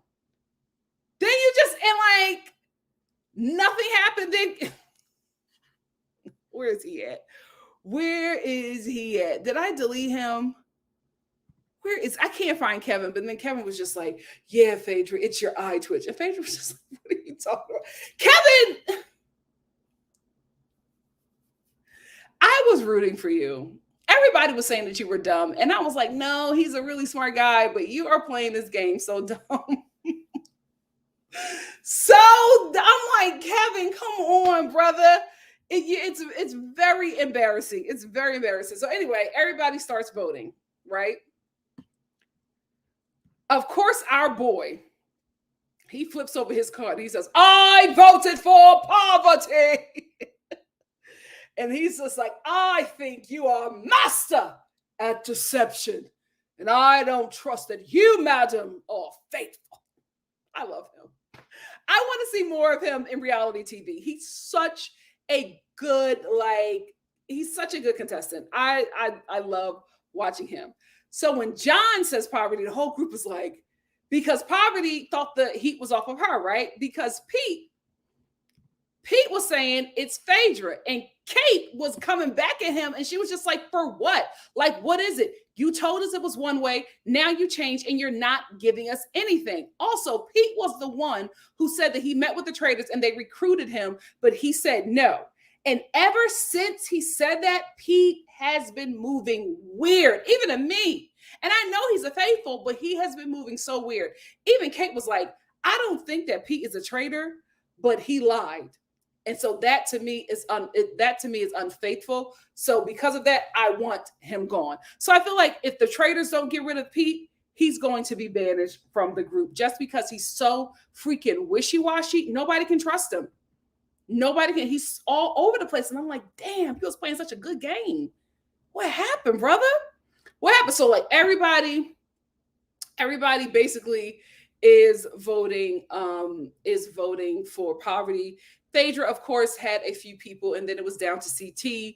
And CT was just like, I don't think that Phaedra is a traitor. I don't think, he's like, not my work wife. I don't think that she is a traitor. Phaedra is so good. She's like trying to muster up a tear, and she's, thank you. Thank you. Thank you. And then the tide start turning when everybody starts voting for Poverty. So Poverty is out.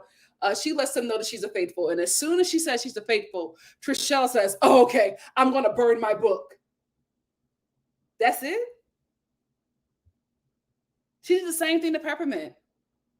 And now Kevin is starting to think that Pete is a traitor because of the way that Pete was acting, because he listened to Trishelle and changed the whole game. So now he's losing his power with the group, even within his own team. And I feel like now, because of that, we're going to have faithfuls taking out each other. I don't think the traitor will have to do much work. I think the faithfuls are going to start going after each other. I think that the faithfuls are going, the leftovers, and Pete's pals are going to go after each other and not even think about the damn traitor, because at the end of the day, they all want to get this money. And I think that they're all, I think they're all opening up to the fact that there's going to have to be a winner, and everybody can't win together. So I think the faithfuls are going to start taking each other out. So now that there's one traitor left, Phaedra is just like, I want to recruit Kate. So she gives Kate a letter and tells her to come downstairs to meet her. But here's the twist: either Kate can accept and become a traitor, or she will get banished or killed or whatever from the game. So that's a good twist. I like that, because I feel like having the faithfuls go back and tell the group that the traitor was trying to recruit them, I don't think it helps, because I really think since Pete said that, the game shifted in a weird way. And also, I don't think that the traitor should be allowed to give up another traitor. I will say, I thought it was very smart for Phaedra to just vote in poverty. That's when I was just like, oh, okay, I feel like you're playing a smarter game than I think you're playing, because I really thought she was going to put Trishelle on her card. But she was just like, I voted for poverty just because I thought that that was the plan, and I wanted to remain consistent. And after she said that, everybody else started to say the same thing. Yes, we want to be consistent. We made a decision and we need to stand on it. And that's how poverty got out the game. So I was like, okay, Phaedra, you're playing a good game. I think Phaedra bringing in Kate is very smart, because Kate is very open about her opinions. She's played the game before. And I think people will also not suspect that she's a traitor because she was already on a season. I think she was a traitor on her last season, so I don't think that she would be a traitor again. I just don't think that they would suspect her. I feel like the next traitor, if it's not Kate, I would bring in CT, because he just has a lot of pull. He has a lot of pull, and I think he's starting to gain a lot of favor now, because Pete is losing the favor. So he should be the next one to come on, in my opinion. But those are all of my thoughts. What do you guys think? Let's get into it. Oh,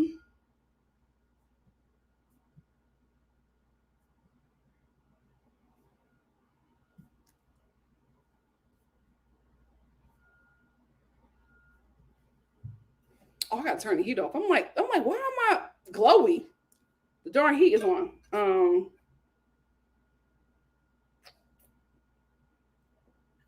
Opulent said the membership on YouTube still shows on the channel, but only those that subscribe. Most channels I've seen that have full live behind the membership, they edit it down for guys. The lives might be saved. So this weekend, I'm going to do membership research. If I feel like that's a safer way for me to do these videos, then I will absolutely do that. So are you saying that only membership people can comment? I might do that. I love him every episode. He's such good TV. He's such good TV. He ruined the game. I think traitors should not be allowed to out another traitor. They need to change that next time, because nobody would have been on to Phaedra had it not been Dan. That's not right. DGF said, my heart was pounding. I was furious. The traitors had no reason for targeting their own Phaedra. Who does that? Yeah, he messed the game up for me. It's Natasha said she had her long list of reasons in her notebook, but when the time came, all she could name is Phaedra. It's like, that's what I'm like. She didn't have a notebook. She didn't. She was really hoping that people's biases and ignorance and bigotry would work for her. And it didn't. Miss Rodriguez said, I think Kelsey married a white woman, but I can see it being, I think Kelsey is marrying a white woman, but I can't see it being Taylor. Those cousins, when they have to interact with each other, it's so cringe. But listen, they're both getting a bag, so. She's one to wear white. Most of his crew is black or of color. She'll get sick of the homies soon. No, we will see. He did. What did he say? Did I miss that? Let me know what he said, CM. DGF said Trishelle was just making up stuff about Phaedra. Yep. That's the thing. People are like, oh, but she's right. But how she got there is sinister. And that is my issue. She's jealous because Phaedra is that girl and she is not. Yeah, she's likable. She keeps on saying that. Everybody likes you. So that's the reason she's a traitor. That's the reason why you don't like her. Poor Kevin. He's just, Oh my gosh. He's not playing no kind of game. No kind of game. Oh, he did.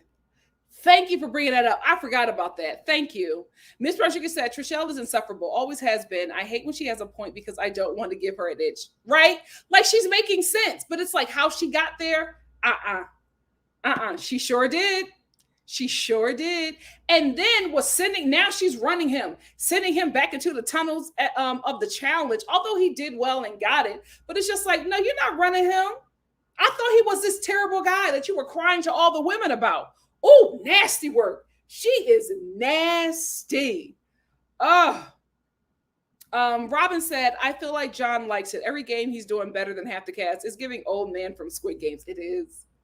It is. DGF said Dan and Trishelle play the same in group games. Poverty did it to a lesser degree. I know that to my Survivor fans here and my Big Brother fans, I know that y'all really love those guys and that they played a great game of the season you watch. I have to be honest with you. From watching this show, I think they both played poorly.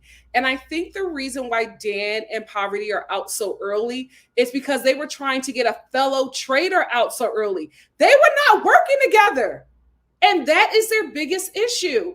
I get taking each other out, but they're trying to take Phaedra out so early in the game. And that's what messed up the game for the both of them. They should have worked as a unit, got out the faithfuls as much as they can, and then say, hey, listen, now it's every man for himself. Like, or not even say it, just start targeting each other. But it's like, it's episode 1 and y'all trying to get rid of Phaedra? That's what messed them up. That's what messed them up. Opulence had to be a lawyer for the show. Can you imagine what challenges they said no to before these? It's giving Wipeout. These challenges are crazy. Every time they do something, I'm like, oh my God, poor John. And then I'm thinking of the millennials on the show. I'm like, oh my God, their poor knees. Miss Sugar said these game shows mimic social dynamics in real life. Very true. That's a sad truth that you can't design away. Very true. Big brother. Big brother. Bugs and yeah, I would have been like, guys, I'm not doing this one. I'm not doing this one. Spency said, Phaedra ate the girls up with, I'm not frantic like you. John was loving it. Did you see him watching Phaedra? He was like, because John can read and he loves a reader. So he was looking at Phaedra like, oh, well done. Just dumb. Just what? What are you talking about? JK Knight 316 said, quiet as it's kept. Janelle said on a podcast, Trishelle made a deal with Dan to protect him if he gave up the third traitor. She didn't sleuth anything, just cheat. Oh, yeah, they got to get rid of her. Why didn't we see that on the show? It's Latasha said, and then they just go along with it. That's always the main issue for me. It's one thing for someone to be a Karen. It's the people who should know better and go along with that bother me. Yep. And the thing about it is, with Dan, he could have gave up Poverty. But you want to go after Phaedra. For what? DGF said, yeah, Poverty felt the need to throw rocks at Phaedra on her way out. She sure did. Like, what? I just don't get it. Maybe we're not seeing something, but I just do not understand Dan and Poverty going after Phaedra out the gate.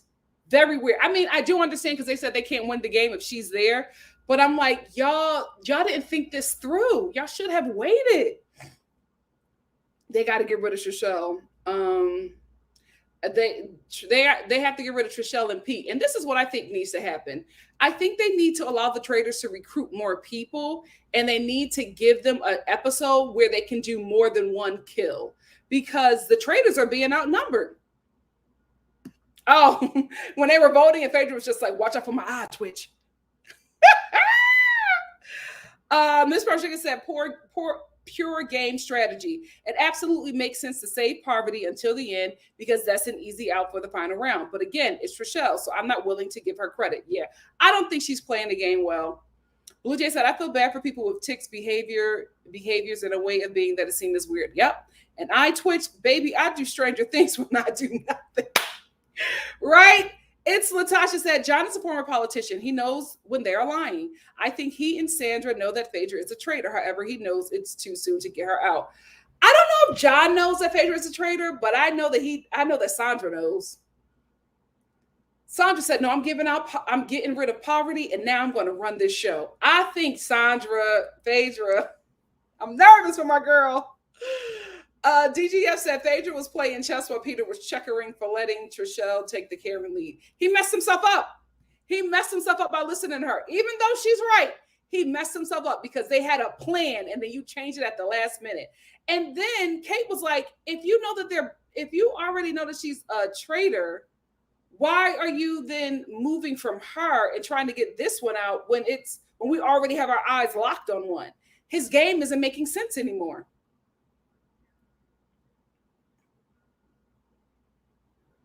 Kaylee said, Poverty did a good game plan. She did it too late. Poverty, in my eyes, did have a good game plan. She failed by listening to Dan. She messed up.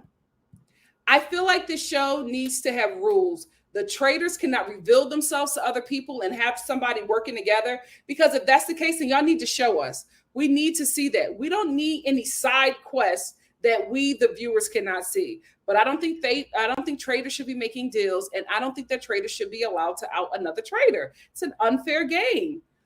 Priscilla said, am I being gaslit, or wasn't it a rule for traitors to not expose each other? That's what I thought. That's how I played the game in college. I guess not overtly, but there shouldn't be any insinuations. I agree. Rain said, Trishelle said she was never nervous, and Kevin said she had a twitch. Y'all should have talked this out. Yeah, it just didn't make sense.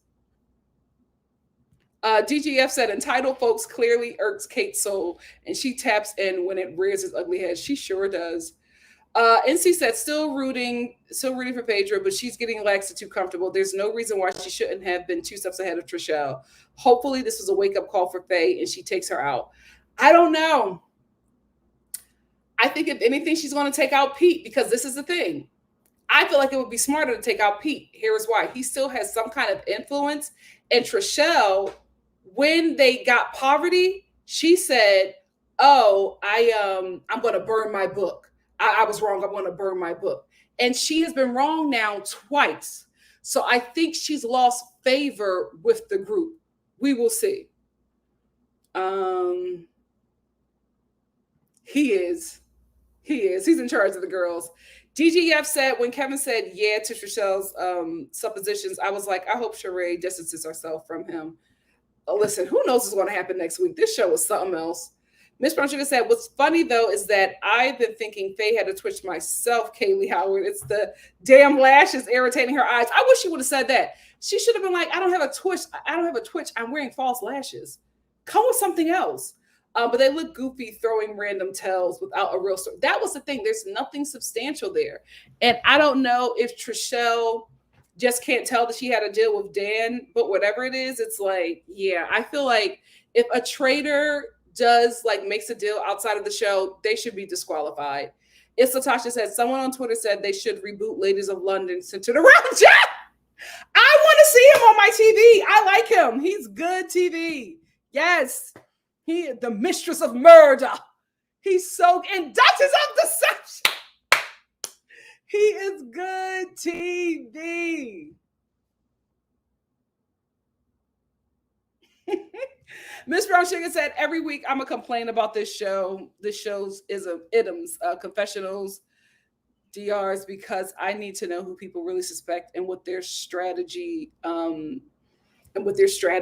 Yeah, me too. Because I feel like if there were like side deals, we should be able to see them. And I don't think we're seeing it all. It's Natasha said, I truly think Phaedra should have chosen Peter again. People are beginning to suspect him and is on his way to being voted out. So that's another traitor to be banished before her. Yeah, she got to go. She got to get him out first. I would get him out first, then Trishelle. And then it's a whole new game, because now, those two big people are gone. Now we got to refracture, how this game goes. Blue Jay said, I think I would be a traitor. Some of the faithful seem a little, they are. Yeah, he's acting like a traitor.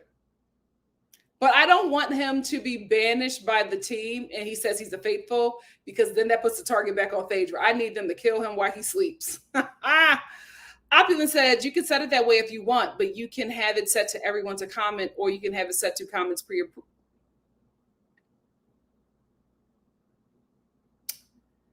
The lives might be saved.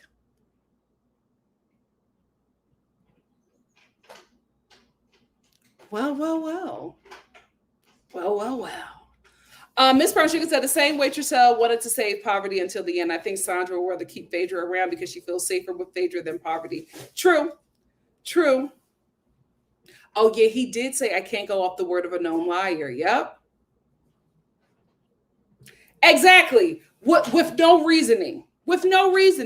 You're sure about Phaedra. You're not sure about poverty, but the whole team was about to vote against her, and then you just switched it up on Phaedra. I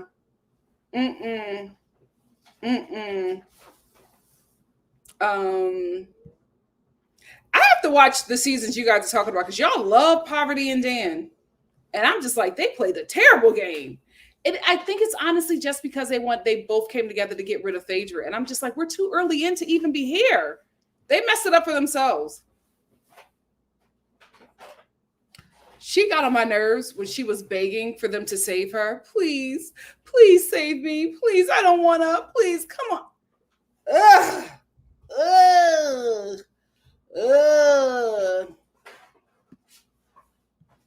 We're going to figure it out, F. Usher.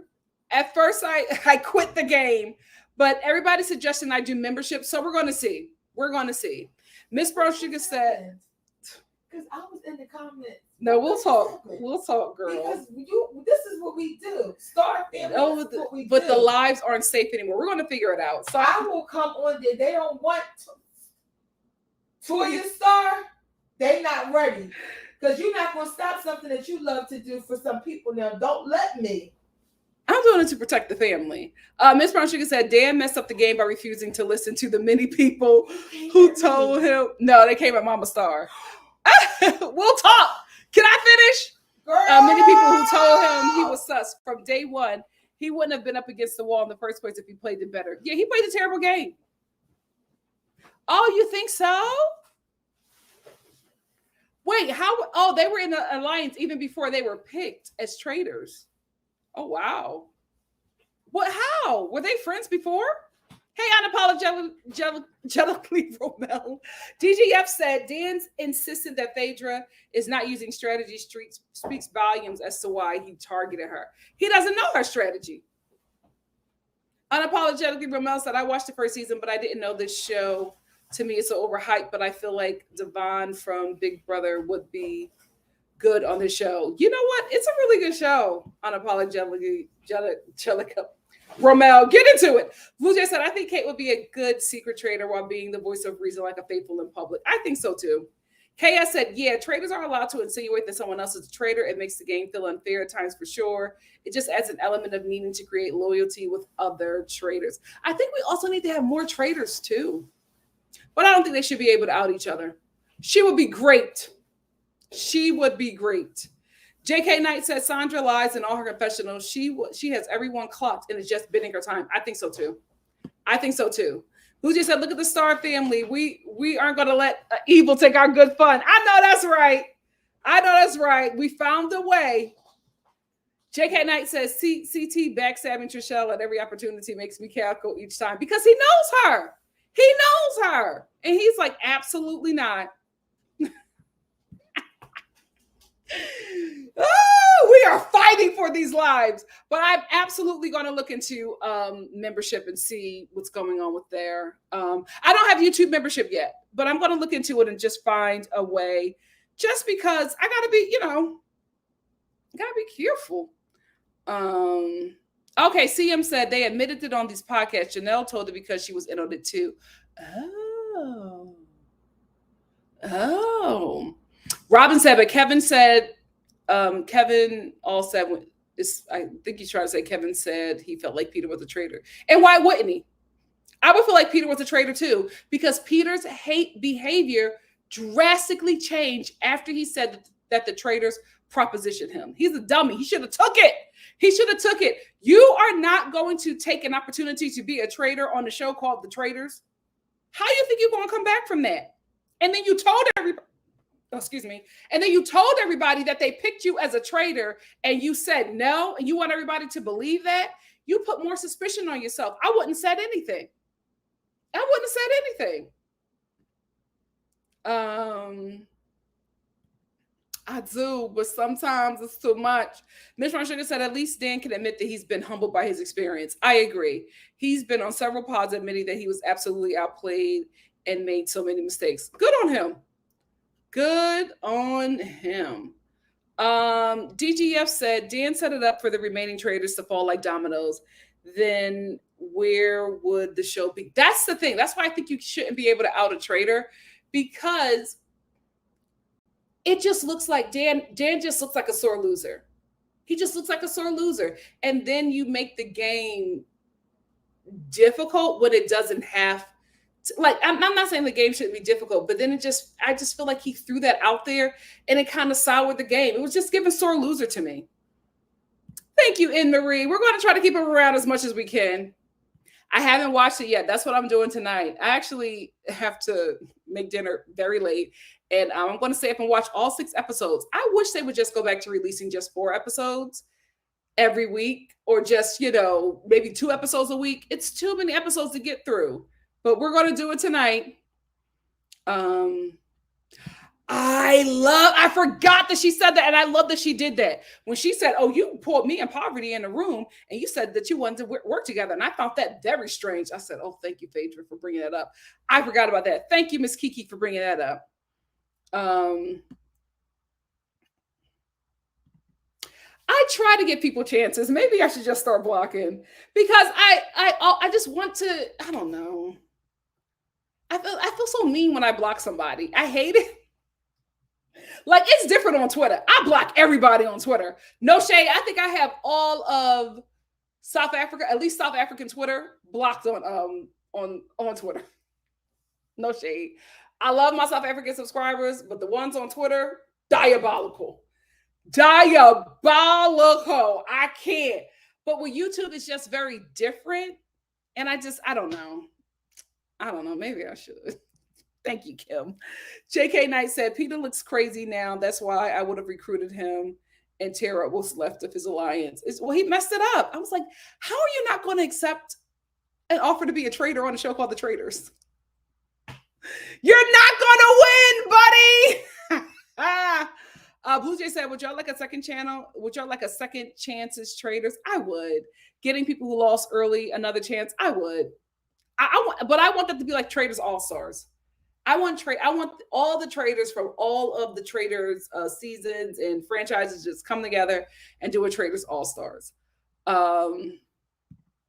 They should be able, I feel like since 2 traders are gone, Phaedra should be able to pick 2 more traders, not 1. I used to keep screenshots. I just felt so petty. But there was a screenshot that I should have kept, because when I needed it, I was just like, damn, I don't got my evidence. All right, I'll block. I like to give people another chance. I correct them and, but I'll block. I love y'all. Somebody just made a comment about something that she said, but I had corrected her comment in the live, and I just had a problem because they made the comment they wrote a comment and it seemed as if it wasn't, like I didn't handle it, or that it wasn't addressed, and that I was like xenophobic to Black immigrants. And I was just like, please don't do that. And like I said before, a lie travels farther than the truth. So I just didn't want that to be out there about me. So I was just like, this isn't safe anymore. So I have to do something different. So we're gonna talk it out. We're gonna figure something out. Miss Rodriguez said, haven't watched Love is Blind yet. Oh my God, I am way over time. But the earlier word is season 6 is a lot better than the last one, which I didn't watch. Thoughts? I haven't watched it yet. So we will see. That happens tonight. Opkin says you can mute people as well. They can still view, like, comment, subscribe, but they won't know their post. They won't know their post isn't seen. I got to look into that. So membership and muting people. Okay. You know what? Blue Jay said, and with every trader who win All Stars become a co-host. I have no idea. That would be fun. I don't even know how the show ends. I've never watched this show, so I'm gonna be surprised all the way up until the end. Megan said, "Hey Nikki, if by chance are you going to review the 2 episodes of The Bachelor?" Oh my god, I forgot about them. I might. If I do it, I'll probably just put up a quick video on Sunday. Cause oh my god, I forgot. I was performing when those shows were on. Show week always throws me off, guys. I got to figure out a better system. I'm always thrown off on show week. Opulent Pomegranate said, here if you need any help. I'm not too tech savvy, but I'm a fast Googler. Thank you so much. Oh God, I'm about to find out tonight. Anyway, let me get out of here. I love you guys. Thank you so much for spending time with me. We're going to figure it out, guys. We're going to figure it out. The lives just may not be going away. We will see. No, they are not. I love you, and I will see you soon for something else. Bye, guys. I know. We'll figure it out. We're going to figure out a system. I told them that.